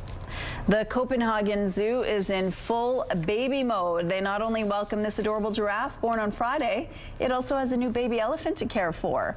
The last elephant birth at this zoo was in 2024, and the newborn calf is the first of several expected giraffe calves at the zoo over the coming months, with 2 other female giraffes also pregnant. So cute. We have some road closures to remind you about this morning. The southbound median lane on Donald Street will be closed between Notre Dame and Cumberland Avenue. Following the rush hours on Main Street, the southbound curb and middle lanes will be closed from Alfred to Burroughs Avenue, and the southbound median lane on Pembina will be closed between Stafford and Harrow Street. If you have any other traffic tips, please send us a text. Here's a look now at your gas prices. The Canadian average is $1.66. The provincial average is $1.58.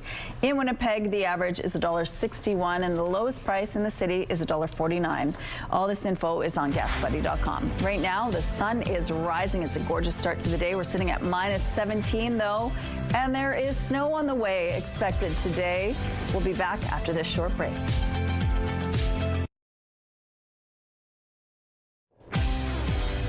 Gorgeous out there as our sun rises, blanketed by a good amount of cloud coverage, but it's frosty at minus 17. We've got wind chill feeling closer to minus 25. Southerly winds, pressure falling, humidity at 71%. Yeah, enjoy that sunshine while it lasts, because you could see we have a good kind of dense amount of cloud coverage to kick off the day. That'll be lingering throughout this Tuesday. You can see it there already on the radar, and wrapped in there is likely to be a good amount of flurry activity or outright snow. The northeast has the likely to see the mildest accumulations. Reaching for my words here today. So look for that a little later on today. Maybe a pocket of sunshine or two for you to enjoy. Temperatures still not great, still cooler than what's typical for this time of year, particularly in Churchill at minus 25 degrees. The winds, meanwhile, will be very strong in Thompson alongside that flurry activity at minus 10 degrees. The northwest likely to see a good amount of snowfall for you, maybe 5, maybe as high as 10 centimeters worth. You've already begun to see that activity in areas like Opaskwayak, Cree Nation, the Paw, and Flin Flon.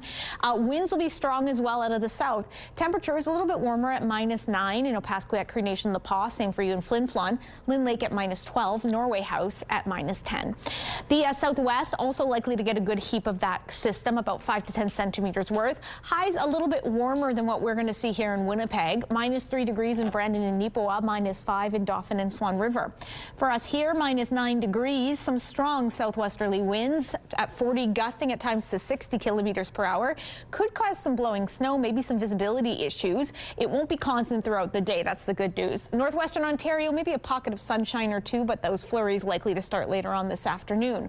We'll see that activity taper off overnight, and temperatures actually get a little bit warmer overnight at minus 8 degrees, because it's priming us for a much needed warm up. Happy to move out of the way so you can see these lovely temperatures. 2 degrees on Wednesday with mostly cloudy skies. Let's go back now to Ainsley McPhail, who's telling us all about St. Patrick's Day activities planned for today. We're going to see more dancing. Good morning. Good morning. I got all dressed up for the occasion. They said to me earlier, don't you want to change? I said, no, I'm just getting into these soft shoes, which are very difficult to wear. I'm not going to lie. Ainsley, Shailene, the McConnell School of Dance. Tell me about the difference between the shoes I'm wearing and what we're going to see shortly. So you're wearing soft shoes, which are more of a balletic type shoe. The ladies who are going to dance are wearing hard shoes, and they have fiberglass heels and tips, and they make a lot of noise. It's a rhythmic style of dance where the soft shoes are more light and airy and flowy. Mm-hmm. What's the name of the bit we're going to see now? It's a traditional piece, but it's done to a modern piece of music called the Hillsbrook Reels. Okay, we're going to give more time.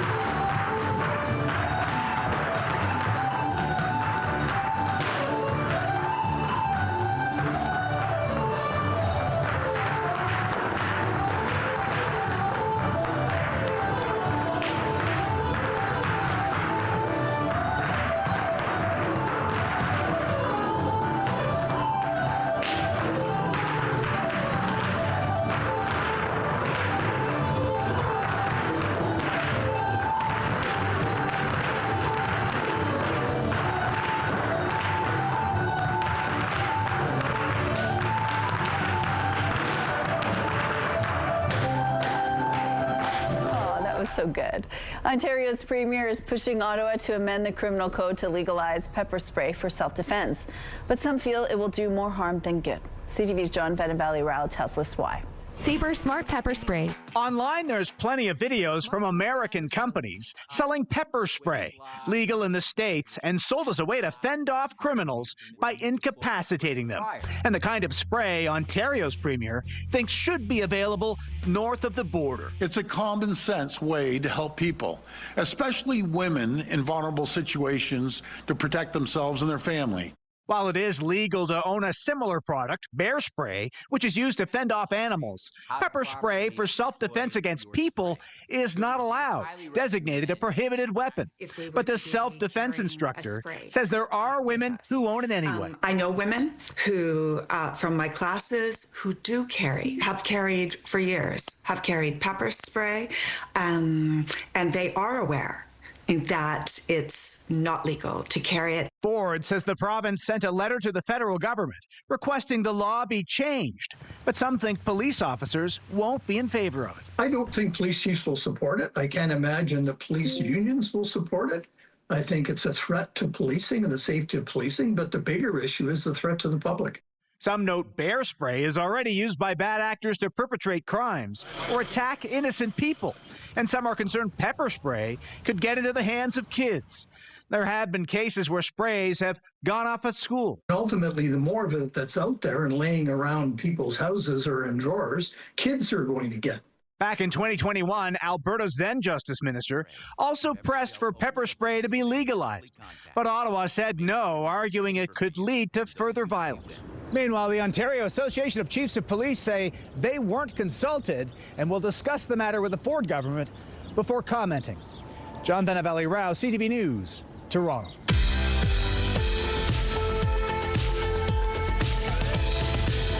Let's see who's celebrating a milestone today. Happy 9th birthday, Carmen, with love from mom, dad, all your siblings, and your cat, Alice. Happy 12th birthday, Tor. Your mom loves you so much.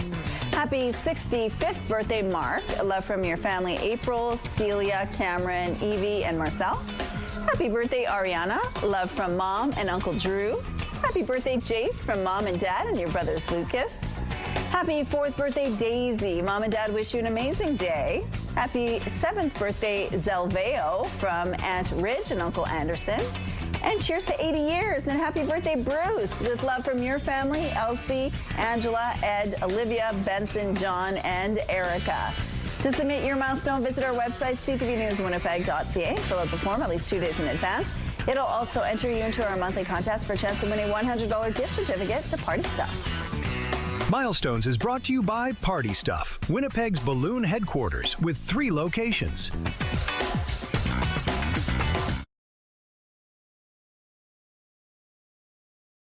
Weather is brought to you by Garage Masters, your complete garage specialists. It is going to be a bit of a cool day ahead, as has been the case for the last couple of days. As you can see, it's typical to reach a high of about 0. We're only making it to about -9. Very much off the mark from what we saw last year, and markedly so from 2012. That was the record, 19.2 degrees. Sadly, we will not be touching that today. We're kind of on the opposite end, starting off at -17, with the wind chill feeling closer to -25. It's cool and overcast out here. Winds are out of the south at 15 kilometers per hour. Pressure falling, humidity at 71%.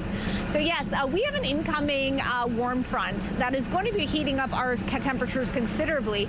But ahead of it, in advance, there is some snow wrapped in. So we're going to start to see the flakes fly for us here in Winnipeg and the Red River Valley later on this morning.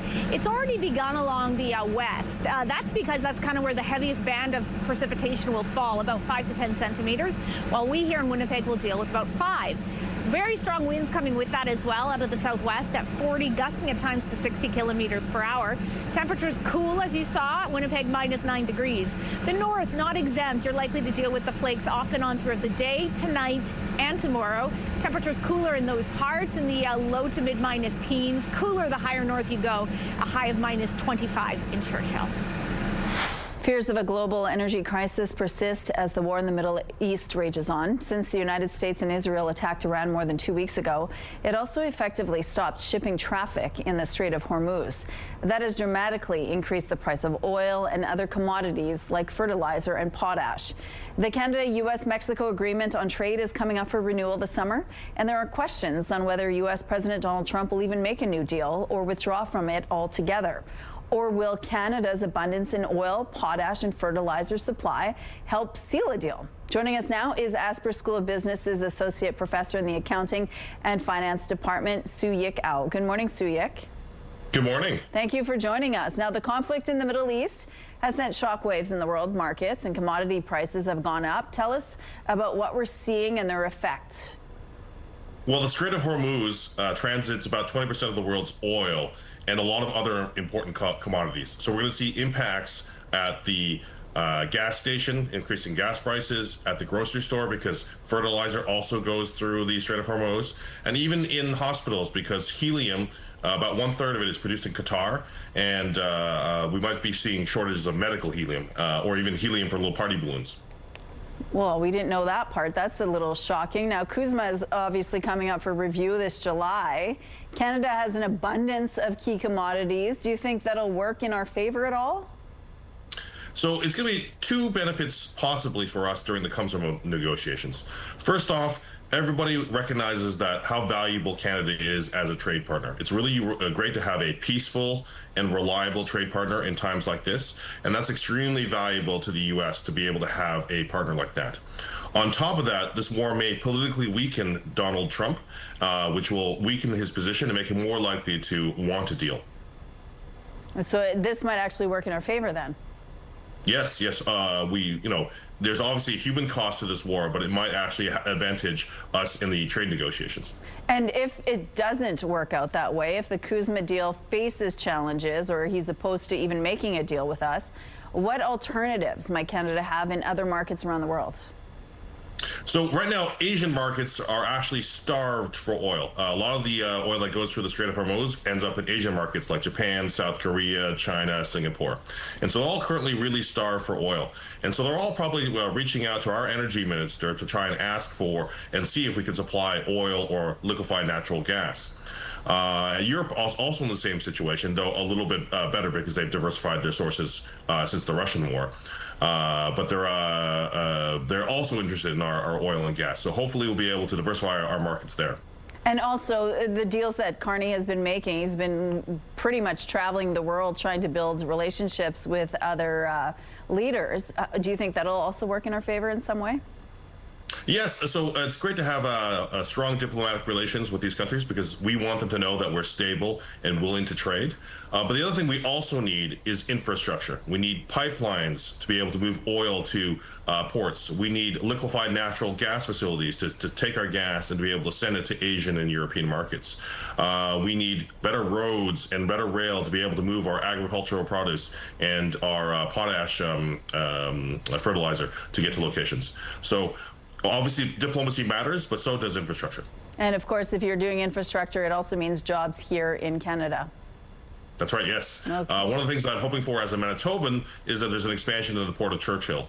If we can move energy, agricultural goods, wood, lumber, fertilizer through the Port of Churchill, we can create a lot of great jobs for Manitobans, as well as help supply countries that want a stable trading partner. Well, thank you for your time today, Soo-Yik. Thank you very much. Take care.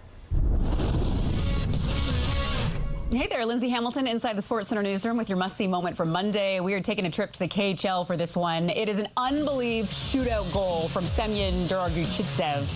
Ooh, baby, filthy mitts right there. Some real nice hand-eye coordination and definitely worthy of your must-see moment from Monday. Meanwhile, today on TSN, we've got the BKT World Women's Curling Championship between Italy and Canada. It all starts at 11 a.m. Eastern on TSN 1. That's all for now from the Sports Center newsroom. Have a terrific Tuesday.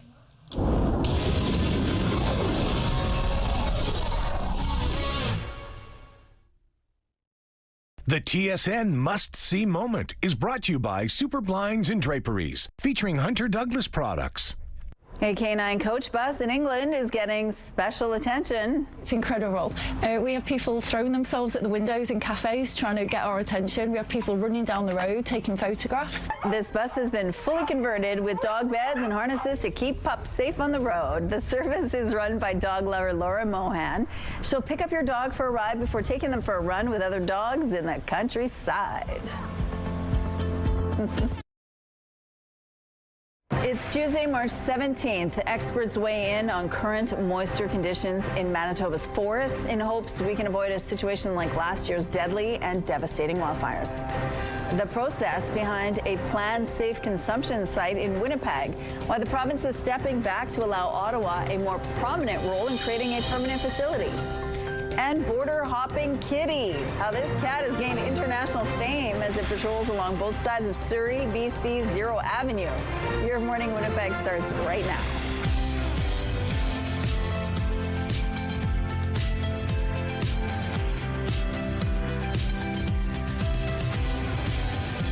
Good morning, Manitoba. It's 8 o'clock on St. Patrick's Day. Thank you so much for being with us here on Your Morning Winnipeg. At 8:15, we're going to tell you about some Winnipeg Police Service members as well as some civilians who are doing something pretty incredible, all for a great cause. It's called Brave the Shave, and they're doing it to make kids' wishes come true. So we're going to find out a little bit more about the event itself and how you could support it. But you're going to need all your hair this morning because it's a cool one. Maybe hold off on the shave. No matter what part of the body, any amount of layer can help warm you up. And a little extra insulation is needed because it's a chilly one to start us off, and it's not going to be getting terribly warm either. Minus 17 degrees with that wind chill, feels more like minus 25. It's pretty overcast out there. The sun is up. Winds are out of the south at 15 kilometers per hour. Pressure falling. Humidity at 71%. So yes, not a lot of sunshine, not a lot of warmth. Good amount of snowfall. You can see that approaching there on our radar. This is in advance of a warm front, so we got to take kind of the bad before the good if you're a fan of those above seasonal values. So likely how it's going to shape up, and our futurecast gives us a good sense of that. It's pushing into the western parts of the province already this morning. Flakes are flying in Brandon, Dauphin, all the way in Swan River as well, up to the Paw. That area, to that note, will have about 5 to 10 centimeters worth, and as it pushes off into our region, we're going to get about 5 centimeters here in Winnipeg and the surrounding Red River Valley. You can see it start to push apart there. So while this is going to taper off a little later on today or potentially overnight, this kind of strand here likely to bring more flurries to the north, not only tonight but into tomorrow as well. Then we're keeping an eye on this. You can see some mixed precipitation here as our temperatures do improve. It'll rocket through pretty quickly, likely Wednesday morning. We're probably not going to see it amount to much, if anything, but then the backhand there likely to bring some mixed precipitation overnight on Wednesday. In terms of our temperatures, I mentioned below seasonal, at least for one day more. Minus 9 degrees when 0 is what's typical, but overnight we're actually getting a little bit warmer at minus 8 for good reason, because we're setting the stage for a really lovely warm up. 2 degrees on Wednesday, and we're getting even warmer from there. Weather art of the day, this one drawn by 4-year-old Jordan Sinclair. Love those beautiful flowers that you drew and that nice green grass, trying to manifest some better weather for us, Jordan. I like it. Meanwhile, if you want to get in on this fun, you can submit your child's weather art of the day by visiting our website, ctvnewswinnipeg.ca, and fill out the form. Your art can be shown on Your Morning Winnipeg, and it's also going to enter you into our monthly contest for a chance to win a $100 gift card from Crocodoodle on Kenniston. The weather art of the day is brought to you by Crocodoodle Paint Your Own Pottery. Make memories that last forever. Manitoba experienced one of the worst wildfire seasons in history last year. 2 people died near Lac du Bonnet, thousands were displaced, and hundreds of millions of dollars in property damage occurred. Drought conditions and a lack of timely moisture contributed to the dire situation. Things are looking a little different this spring. So drought conditions have changed quite a bit over the winter. We're seeing some really good improvement throughout Manitoba. Agriculture and Agri-Food Canada tracks drought conditions. The lighter the color on the map, the better these maps show between November and February, the drought conditions subsiding. Trevor Hadwin from Agriculture and Agri-Food Canada says it could all depend on how fast the snow and ice melt. We do have more moisture in the area, the forest areas this year, so looking forward to a good season rather than what we've seen over the last number of years. Hadwin says an early spring could bring another high wildfire season, so the later spring comes, the better. Premier Wamkanu now says it could be months, not weeks, before the province's first supervised consumption site opens. In the process of us shifting from a federal to provincial approval, I have realized that I want this thing to be done right. I don't want it to be done quickly. If it could be done right, according to a quick timeline, that would be wonderful, but it's not looking that way. Canoe couldn't provide a timeline, saying the province is working with Aboriginal Health and Wellness to determine how users will be connected to treatment, recovery, or social service options. Earlier this month, the province announced it was looking at setting up a temporary structure at the proposed site on Henry Avenue, while federal approval is pending for permanent operation. Now, Canoe says the province is taking a step back from this approach to ensure different healthcare interventions are in place.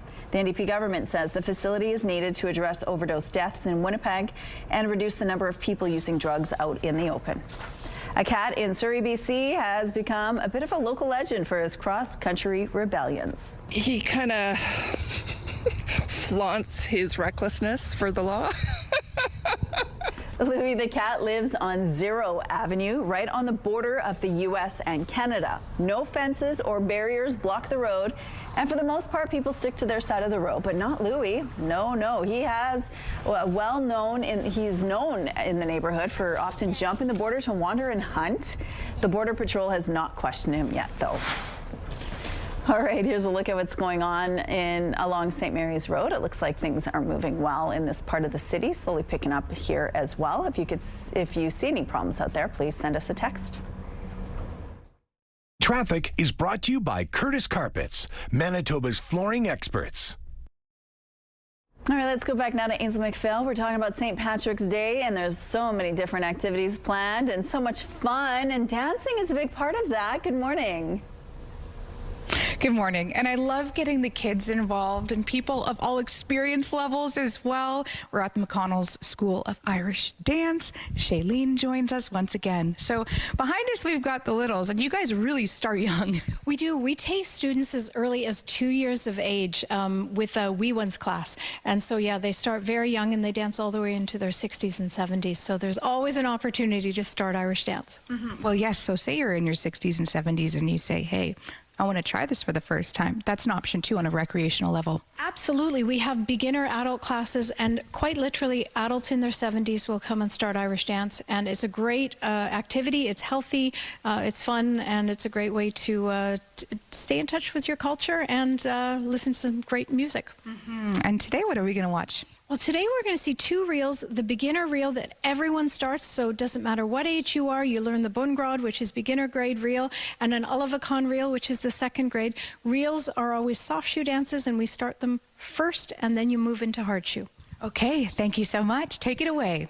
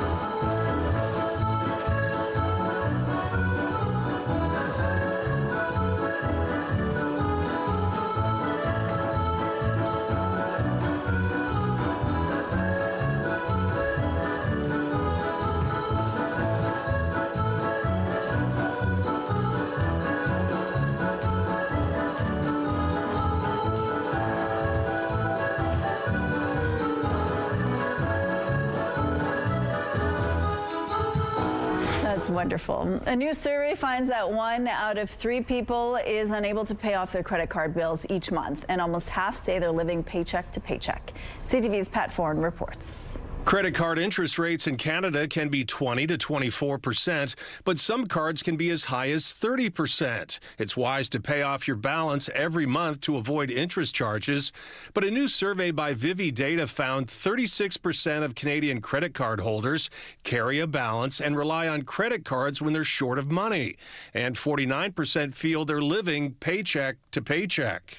Grocery shopping is really difficult. It's really hard to get good quality fruits and vegetables and protein at a reasonable price.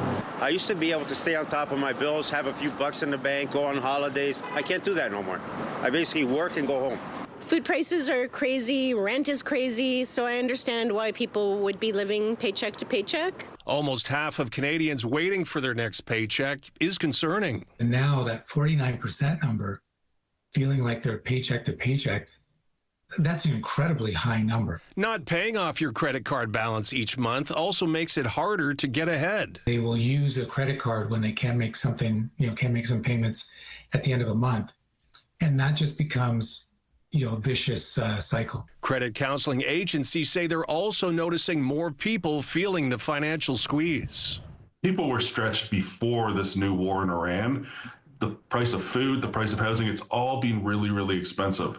But surprise, now you're paying an extra 16 or 20 cents a liter on gas. The survey also found 58% said they have less disposable income than before, and 71% say rising costs are reducing how much they can save.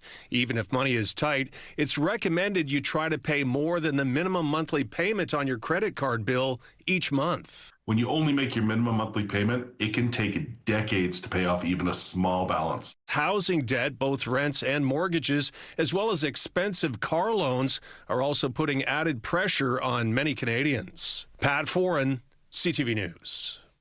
The CTV Live Eye is brought to you by Bath Fitter, exclusive home of the PermaFit solution. A frosty start to our Tuesday and our St. Patrick's Day. Minus 16 degrees out there with that wind chill. Feels more like minus 25. Pretty overcast, and that'll be the case through the day. Meanwhile, the winds are ramping up out of the south-southeast at 20 kilometers per hour. Pressure falling, humidity sitting at 68%. We're actually going to be getting even windier than what we're seeing now, alongside a system that's bringing a good amount of snowfall. You can see it kind of hovering there along the northwest corner. However, snow has begun all throughout western Manitoba. That area likely to get the highest accumulations, about 5 to 10 centimeters worth. We'll get a little less, about 5, but nothing to scoff at. Temperatures still below seasonal, minus 9 degrees when 0 is what's typical. I mentioned some stronger winds. They'll be ramping up to the tune of 40 to 60 kilometers per hour. So could cause some drifting snow, some blowing snow, some visibility issues. So do take caution when heading outside. Meanwhile, temperatures actually improving overnight, and for good reason. Minus 8 degrees. We do have a chance of that flurry activity continuing, and as our temperatures rise, maybe more of a mixed precipitation situation. Winds staying pretty strong out of the south at 40 to 60 kilometers per hour. For good reason, I mentioned that's because we're getting a warm up on the way. A warm front on the back half of that snow is going to bring us some much more seasonal values. 2 degrees is what we're looking at tomorrow, with some lighter winds out of the north at 20 kilometers per hour.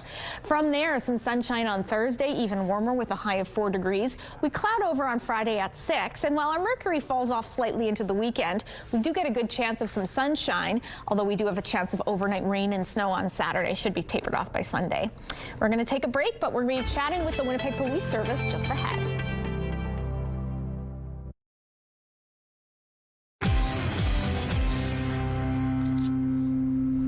Good morning. The anticipation is palpable. For the past few weeks, we've been giving you the chance to win an unforgettable getaway to Hong Kong. And now it's time to announce the lucky winner. Congratulations to Marina Chan. You have won a trip for 2 to Hong Kong, courtesy of the Hong Kong Tourism Board. Your prize includes round-trip flights on Cathay Pacific, 4 luxurious nights at the Park Lane, Hong Kong, $1,000 spending money, and more. Get ready to explore vibrant markets and serene temples, indulge in world-class cuisine, and take in breathtaking views of Hong Kong. Enjoy your trip, Marina. Congratulations. Scientists in Brazil have identified a new species of dinosaur. The discovery stemmed from the finding of a 1.5 meter long femur, indicating the dino could have been up to 20 meters long. The new dinosaur has evolutionary ties to another animal in Spain, meaning land roots likely once connected South America to Europe and Africa about 120 million years ago. And a savvy four-legged border agent with a nose for high-risk luggage has sniffed out more than 22 kilograms of meat at Toronto's Pearson Airport. The CBSA posted on social media that Darla led officials to a suitcase filled with raw duck, pigeon, chicken, and rabbit earlier this month. The luggage belonged to a traveler from Egypt. The food was declared, so no action was taken against the passenger. Winnipeg police officers and civilians are doing something extreme to make kids' wishes come true. They will be shaving their heads or their hair to raise money for Make-A-Wish Canada. The 4th annual Brave the Shave is happening on April the 1st. And joining us now are WPS Staff Sergeant Logan Binda and recruiter Randy Wallstra. Good morning to both of you. Good morning. This is quite an event, and this has been going on. This is the 4th year. Is that right? So explain what this event's all about. So Brave the Shave started as basically an idea to raise money for Make-A-Wish Canada. Make-A-Wish is very near and dear to the police. It actually started in the 80s in the US with a little child in Phoenix that had leukemia. Okay. And so the Arizona Department of Public Safety pulled out all stops, gave him a badge and a uniform and a helicopter ride. And it was seeing the joy and the hope that it brought to that little guy, Chris, that actually started the Make-A-Wish charity. So in 1983 it was brought to Canada, and it's near and dear to the police. And so that's kind of how we got started. And shaving your hair off is a big deal. It's like some people might think it's just a quick buzz, but it stays for a long time after it's done. So it's quite a risky thing to do. Yeah. And we have so many willing participants, and we've been so very fortunate in the last 4 years. And I think we average about 30 plus participants who participate, whether they're civilian members, sworn members. So we're very lucky to have that in our corporation and fulfill these wishes, or help fulfill these wishes. Yeah. So let's talk about some of the wishes that you've seen here locally, because you've seen some kids get some pretty incredible wishes come true. Tell us about that. Yeah, so wishes are medicine. The science is clear. It's proven that like 100% of healthcare professionals agree that the wish brings hope to a child in when they're fighting and struggling, and their families as well. So Make-A-Wish Canada grants about 1,800. Last year was 1,835 wishes that they granted. Locally in Manitoba, 23 wishes were granted. And we've met some of the wish families and heard their testimonials, and they're absolutely life-changing stories. Some of them, there was a little guy with mobility challenges, and so he was unable to travel, so they brought video game experience to his house and created a custom room for him, custom TV, game systems, chairs and stuff, so that he could live out his wish. He never leaves that room. No, he absolutely loved it. And we've met other families too that, trips to Disneyland and pools and playgrounds and stuff like that. That's amazing. It really brings a lot of prosperity and hope to an otherwise difficult chapter for the family and the child. Over time, you've raised $94,000. Right now, your goal for this year is $30,000. You're at about $7,000 right now. Just over, What can people do to support this? So you can go to the Make-A-Wish Canada website. You can look up Brave the Shave, and it'll take you right to the link. We have a QR code, or using our Winnipeg Police social media pages. There's links right there, so it'll take you right to the page. You can go there. It explains everything. There's a donate now. You can choose to support somebody individually. You can support the cause overall. You can make your donations in your name, anonymous. So that's the best, quickest link, is right through the website. Are you shaving your hair? I am. It's going to be my 4th time shaving, and I basically can't stop because I meet these little kids and they're just so full of life and energy, and it's such a positive experience that, I'll be doing it for the 4th time. And, that's incredible. Really looking forward to it. And where is it happening? People can actually watch this live? No, so it's not a public-facing event. It's an internal police event. We have it at police headquarters. There is some concerns with confidentiality with some officers and stuff like that. Although people can support it, though. We do have a link on our website if you want to support the cause. Thank you so much for sharing this with us. Thank you very much. Thank you so much. Yeah, right now I need all the protection from my hair to keep me a little bit more insulated from this cold. It's minus 16 degrees. That wind chill making it feel closer to minus 25. Pretty overcast to start us off and gusty with south-southeasterly winds at 20 kilometers per hour. Pressure falling, humidity at 68%. Got the big bulky Parker on for at least one more day because some warmer temperatures are on the horizon, but we have to get through a pretty blustery, snowy day first. So we do that approaching warm front that I mentioned. On the front of it, we have some snowfall. It's already wrapping around western Manitoba. Snowfall has begun in that area, which could see about 5 to 10 centimeters worth today. That system will push into our neck of the woods in the Red River Valley a little later on this morning, about 5 centimeters for us. Temperatures at about -9 for us here in Winnipeg. Similar highs all around the Red River Valley, a little bit warmer to the southwest. Strong winds as well out of the southeast at 40, gusting at times to 60 kilometers per hour.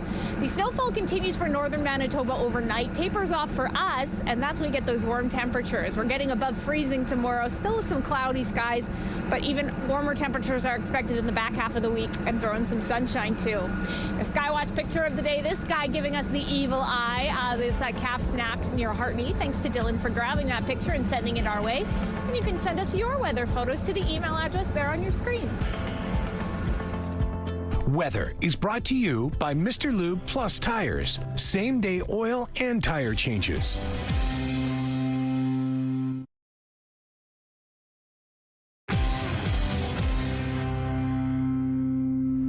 Manitoba's Métis community is alive and thriving right now. Many families embrace their roots and their Métis culture, traditions, and even language. But it wasn't always like that. For many past generations, people of Métis backgrounds would often hide their ancestry and even deny it.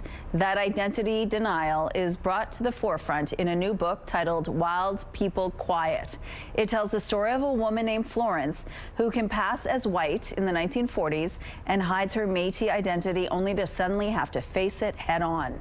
Joining us now is the Métis author, Tara Giroux. Good morning, Tara. Good morning. Thank you for having me. Well, thank you so much for joining us. Now, you grew up Métis. Was this something you could embrace openly, or did you have to hide it? No, we always were told we were Métis because my grandfather was Métis, but it wasn't something that he talked about or that we were encouraged to talk about outside the home. We certainly didn't grow up connected to the culture in any way, and it wasn't until I was an adult that we started to explore that connection and learn more about the history and background and our family history. Now, you say you didn't, you didn't talk about it. Is it because it was taboo, or was it just something that was not brought up? It was a combination of both those things. Nobody would talk about it, and I did get the sense that when, someone tried to bring it up, that it was quickly kind of hushed. So yeah, I got the feeling that it wasn't something that we should be discussing, outside the home. Okay, and now it's more free. People are talking about it. People are embracing it.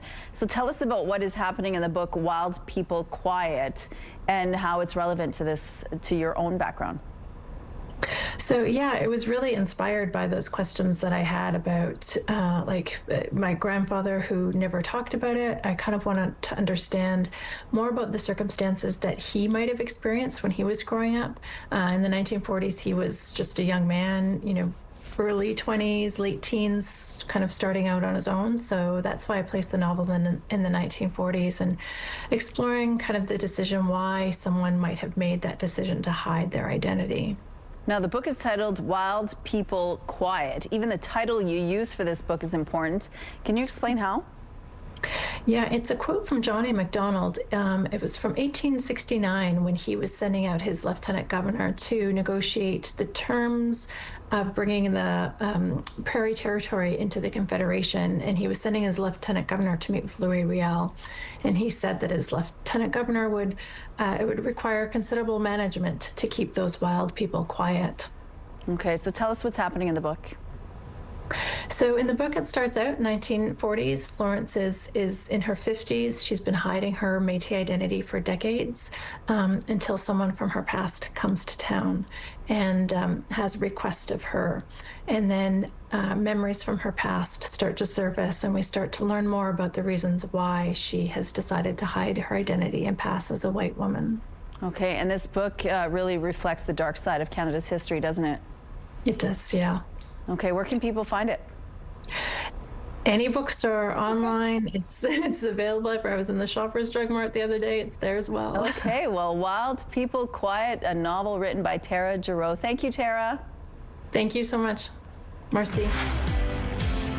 Here's a look outside now at Portage Avenue at Polo Park. It looks like things have really lightened up in the drive of this part of the city. Overall, things are moving well here. If you see any issues, send us a text, please. We're going to take a break. We'll be right back.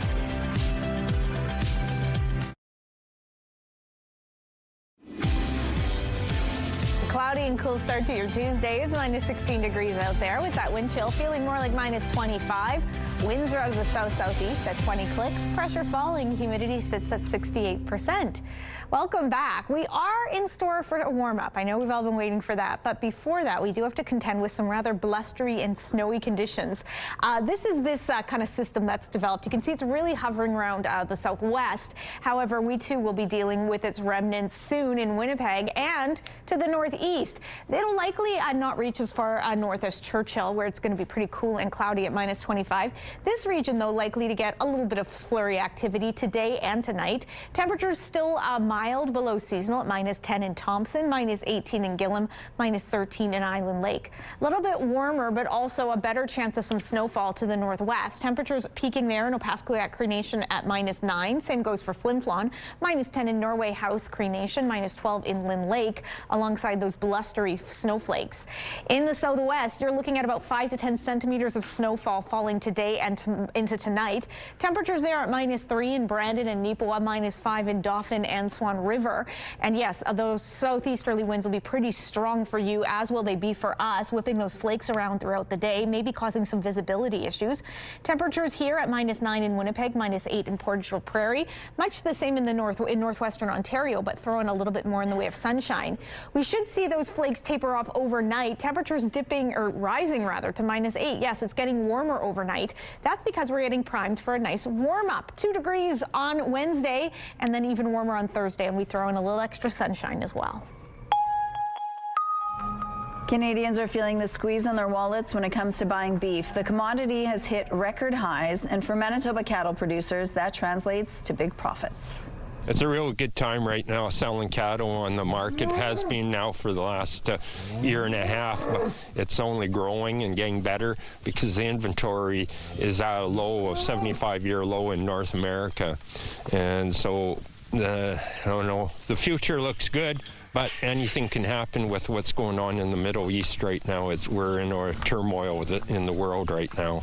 Ian Smith, who farms near Argyle, says an 8-year-old, nearly 8,000-pound bull he purchased for $4,000 sold for over $7,600 at an auction Friday.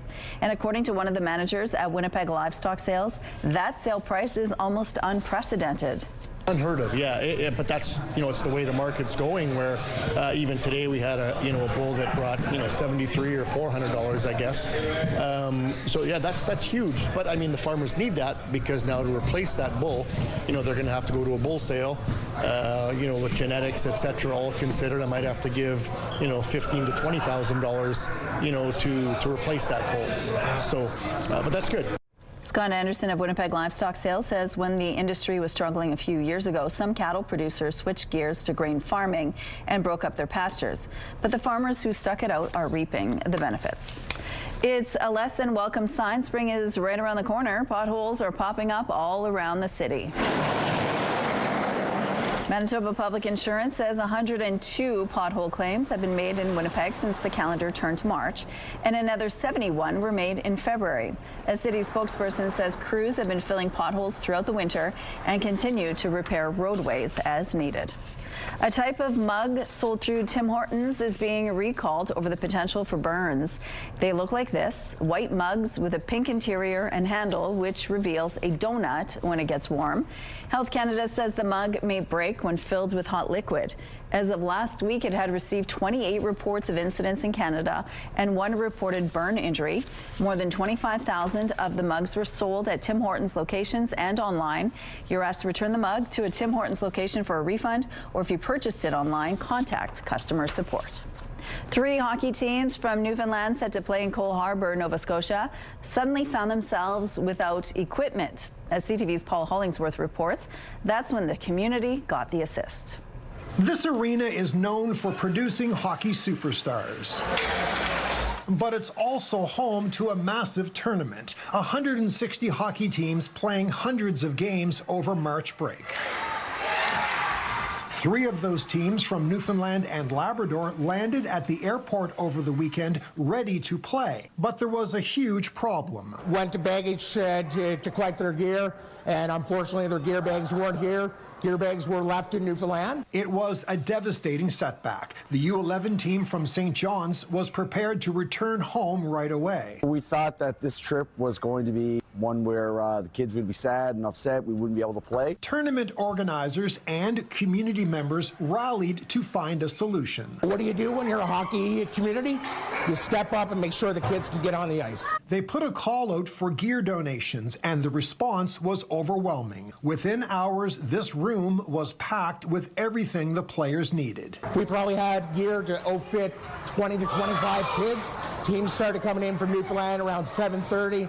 And they were able to grab everything they needed in order to outfit their kids. The 3 teams were able to play on the ice, but off ice, they were overwhelmed by the support. A lot of people reached out to offer support, local businesses, individuals that we don't know, and just wanted to help in any way to create a special moment for these kids. Tournament chair Jeff McPhee says Cole Harbour is a place where neighbors watch out for each other, and people will do anything to support children playing the game they love. The hockey community coming together and taking care of everybody, just like we always do.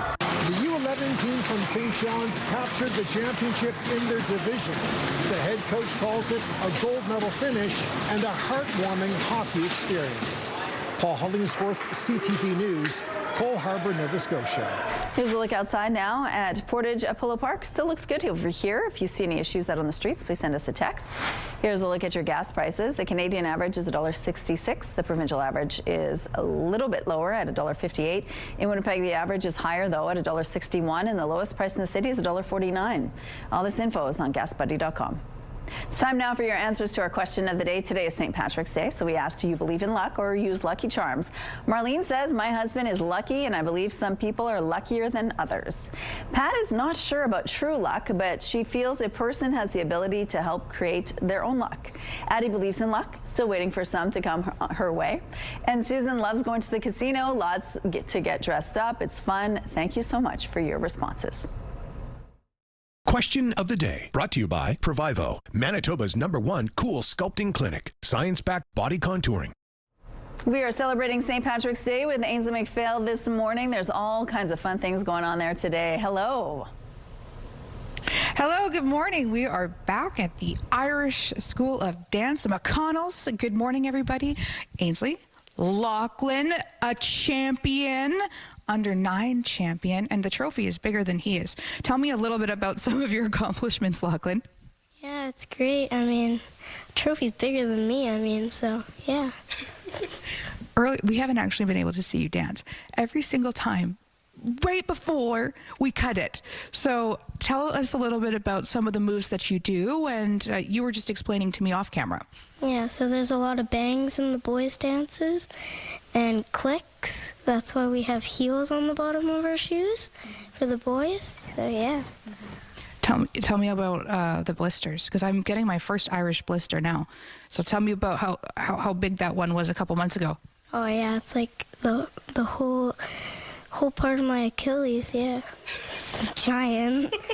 You're the best. When are you performing next? At Worlds, which is at the end of May, start of June. Okay. A champion here, guys. Okay, let's see some dance.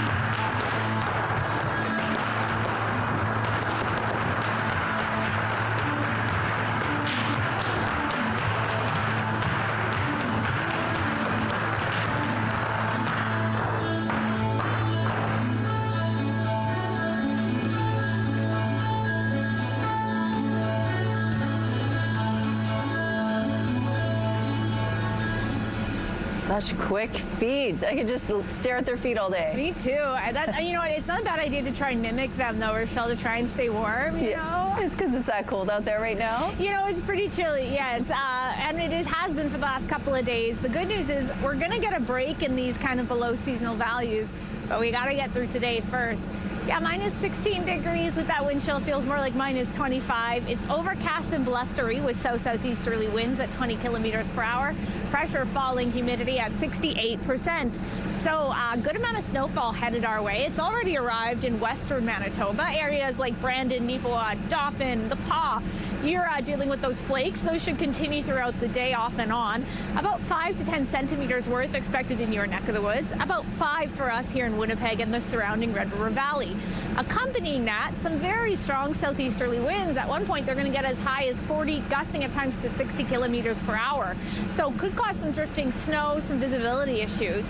Temperatures in the south, we're going to see minus 9 degrees in Winnipeg, a few degrees warmer in the southwest. Northern Manitoba highs in the low to mid minus teens. Meanwhile, while the flakes continue overnight for the north, for us here in the south, they should taper off. And though the strong winds continue, we do start to see our temperatures warm up.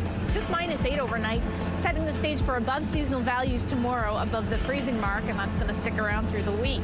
Alrighty, I'm going to go inside and warm up. We've got some bills to pay, but stay with us. So much more Your Morning Winnipeg still to come.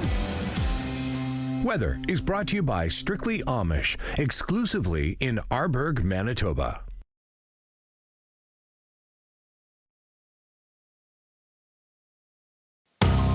Tonight, a W5 exclusive investigation. It knocks the breath out of you. Their teenage daughter faces life in prison. This is just the tip of the iceberg. We reveal the shocking number of young Canadians behind bars in Hong Kong and expose the Canadian recruiters who lured them there. They're preying on people's innocence and trust.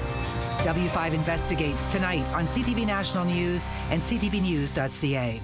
The city of Brandon has seen a drop in some crime numbers, and it could all be due to a newer branch of the policing unit. The Brandon Police Service added cadets to its force, and their presence in certain areas appears to be helping to keep criminals away. Joining us now is Brandon Police Chief Tyler Bates. Good morning, Chief Bates. Good morning. Thank you so much for joining us. Now tell us about some of the crime Brandon has been seeing lately and why there was a need to get more boots on the ground. Sure. Yeah, we've seen this year a positive trend as it relates to just a precipitous decline in break-and-enters and vandalism calls for service. So 41% decline in the downtown area, and overall in the city of Brandon, a 31% decline in break-and-enters in particular. So that's a positive trend that we're happy to have realized. And when we look at the downtown in particular, we've seen a tremendous amount of success with respect to those declines, disproportionate compared to the rest of the city. So, a large driver of this from our perspective is a community effort, a downtown public safety strategy that flows from extensive town halls and feedback from citizens, business owners, and social services alike in terms of where we needed to focus our efforts. So in terms of focusing those efforts, a large part of that strategy is an increase in our cadet complement. So we've seen a significant investment in our cadet complement, and it's increased dramatically, which allows us to have police visibility and have just a presence that deters crime in our downtown area and by extension the city of Brandon as well. So we feel that that presence has certainly made a difference. That engagement with the community and those efforts that need to take place responsive to some of the challenges in our community. So it's been a very positive coordinated effort that has taken place, and not exclusively Brandon Police Service. There's been many contributors to this downtown public safety strategy that have yielded these results. Well, let's talk about just this past weekend. There were a number of vehicles with their tires slashed. What can you tell us on the latest in that case? Yeah, so we did unfortunately have a isolated random series of vandalisms that took place. kind of atypical in that it happened in the south part of Brandon, which isn't an area that has an overabundance of these types of incidents. So over 70 tires slashed in this vandalism spree. So certainly concerning. We're very appreciative of the public and the sharing of doorbell cam and home monitoring video, and we're working hard to try to bring that investigation to a successful conclusion. But at this juncture, it's still under investigation, and we're still trying to identify the suspects that were active on that particular early morning. Okay, and quickly, we're almost out of time already. What comes next for the cadet unit?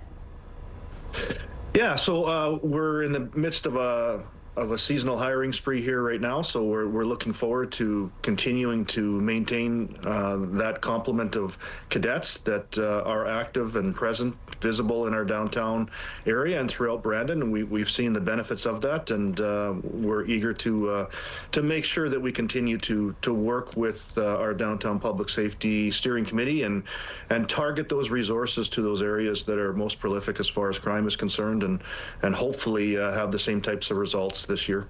Well, thank you so much for your time today, Chief Bates. We appreciate it. Thank you very much, and have a great day. You too. A 12-year-old Ontario girl is recovering after receiving a life-saving liver transplant from a complete stranger she found on Facebook. As CTV's Brent Lale reports, Lily Wag and her family are eternally grateful to their donor. I definitely feel really lucky. Lily Wag walked out of Sick Kids Hospital in Toronto, finishing her stay after receiving a life-saving liver transplant. It was a whirlwind 24 hours, that's for sure.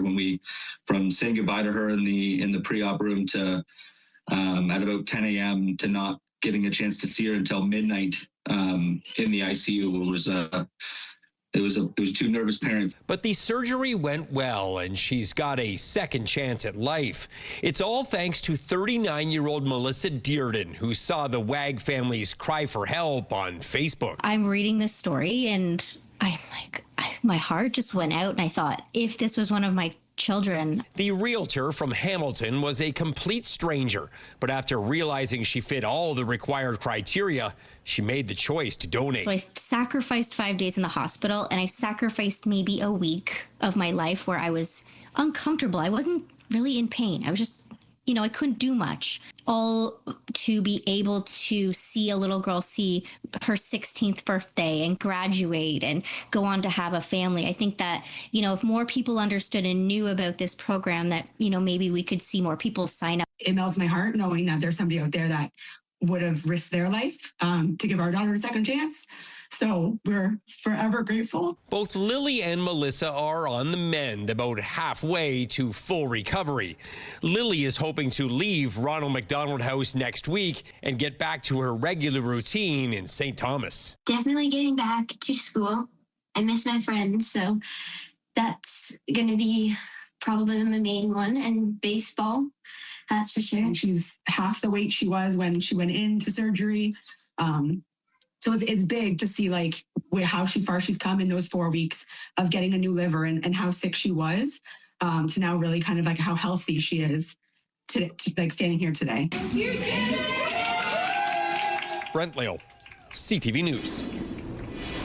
Love a story like that. Okay, it warms my heart when very little outside is warming the rest of my body. It's minus 16 degrees with that wind chill. Feels more like minus 25.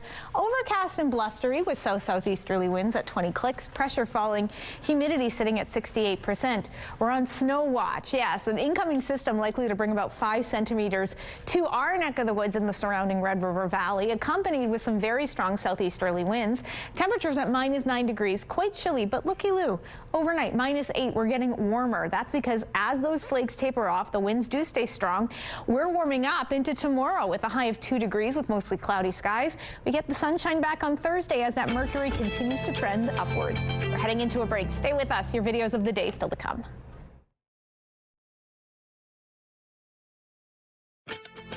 Rooftop arrangements provided by Lacoste Garden Center.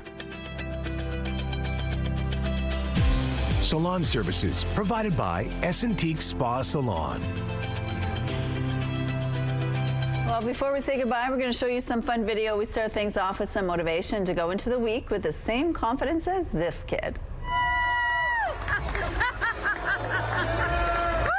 go. Brave Braden asked to dance during halftime at his big brother's basketball game, and so he did it. Check out his moves as the crowd cheers him on. Oh, he's got a twist in there. Yeah. And this is what happens when you're a fan of cheese and let your intrusive thoughts win.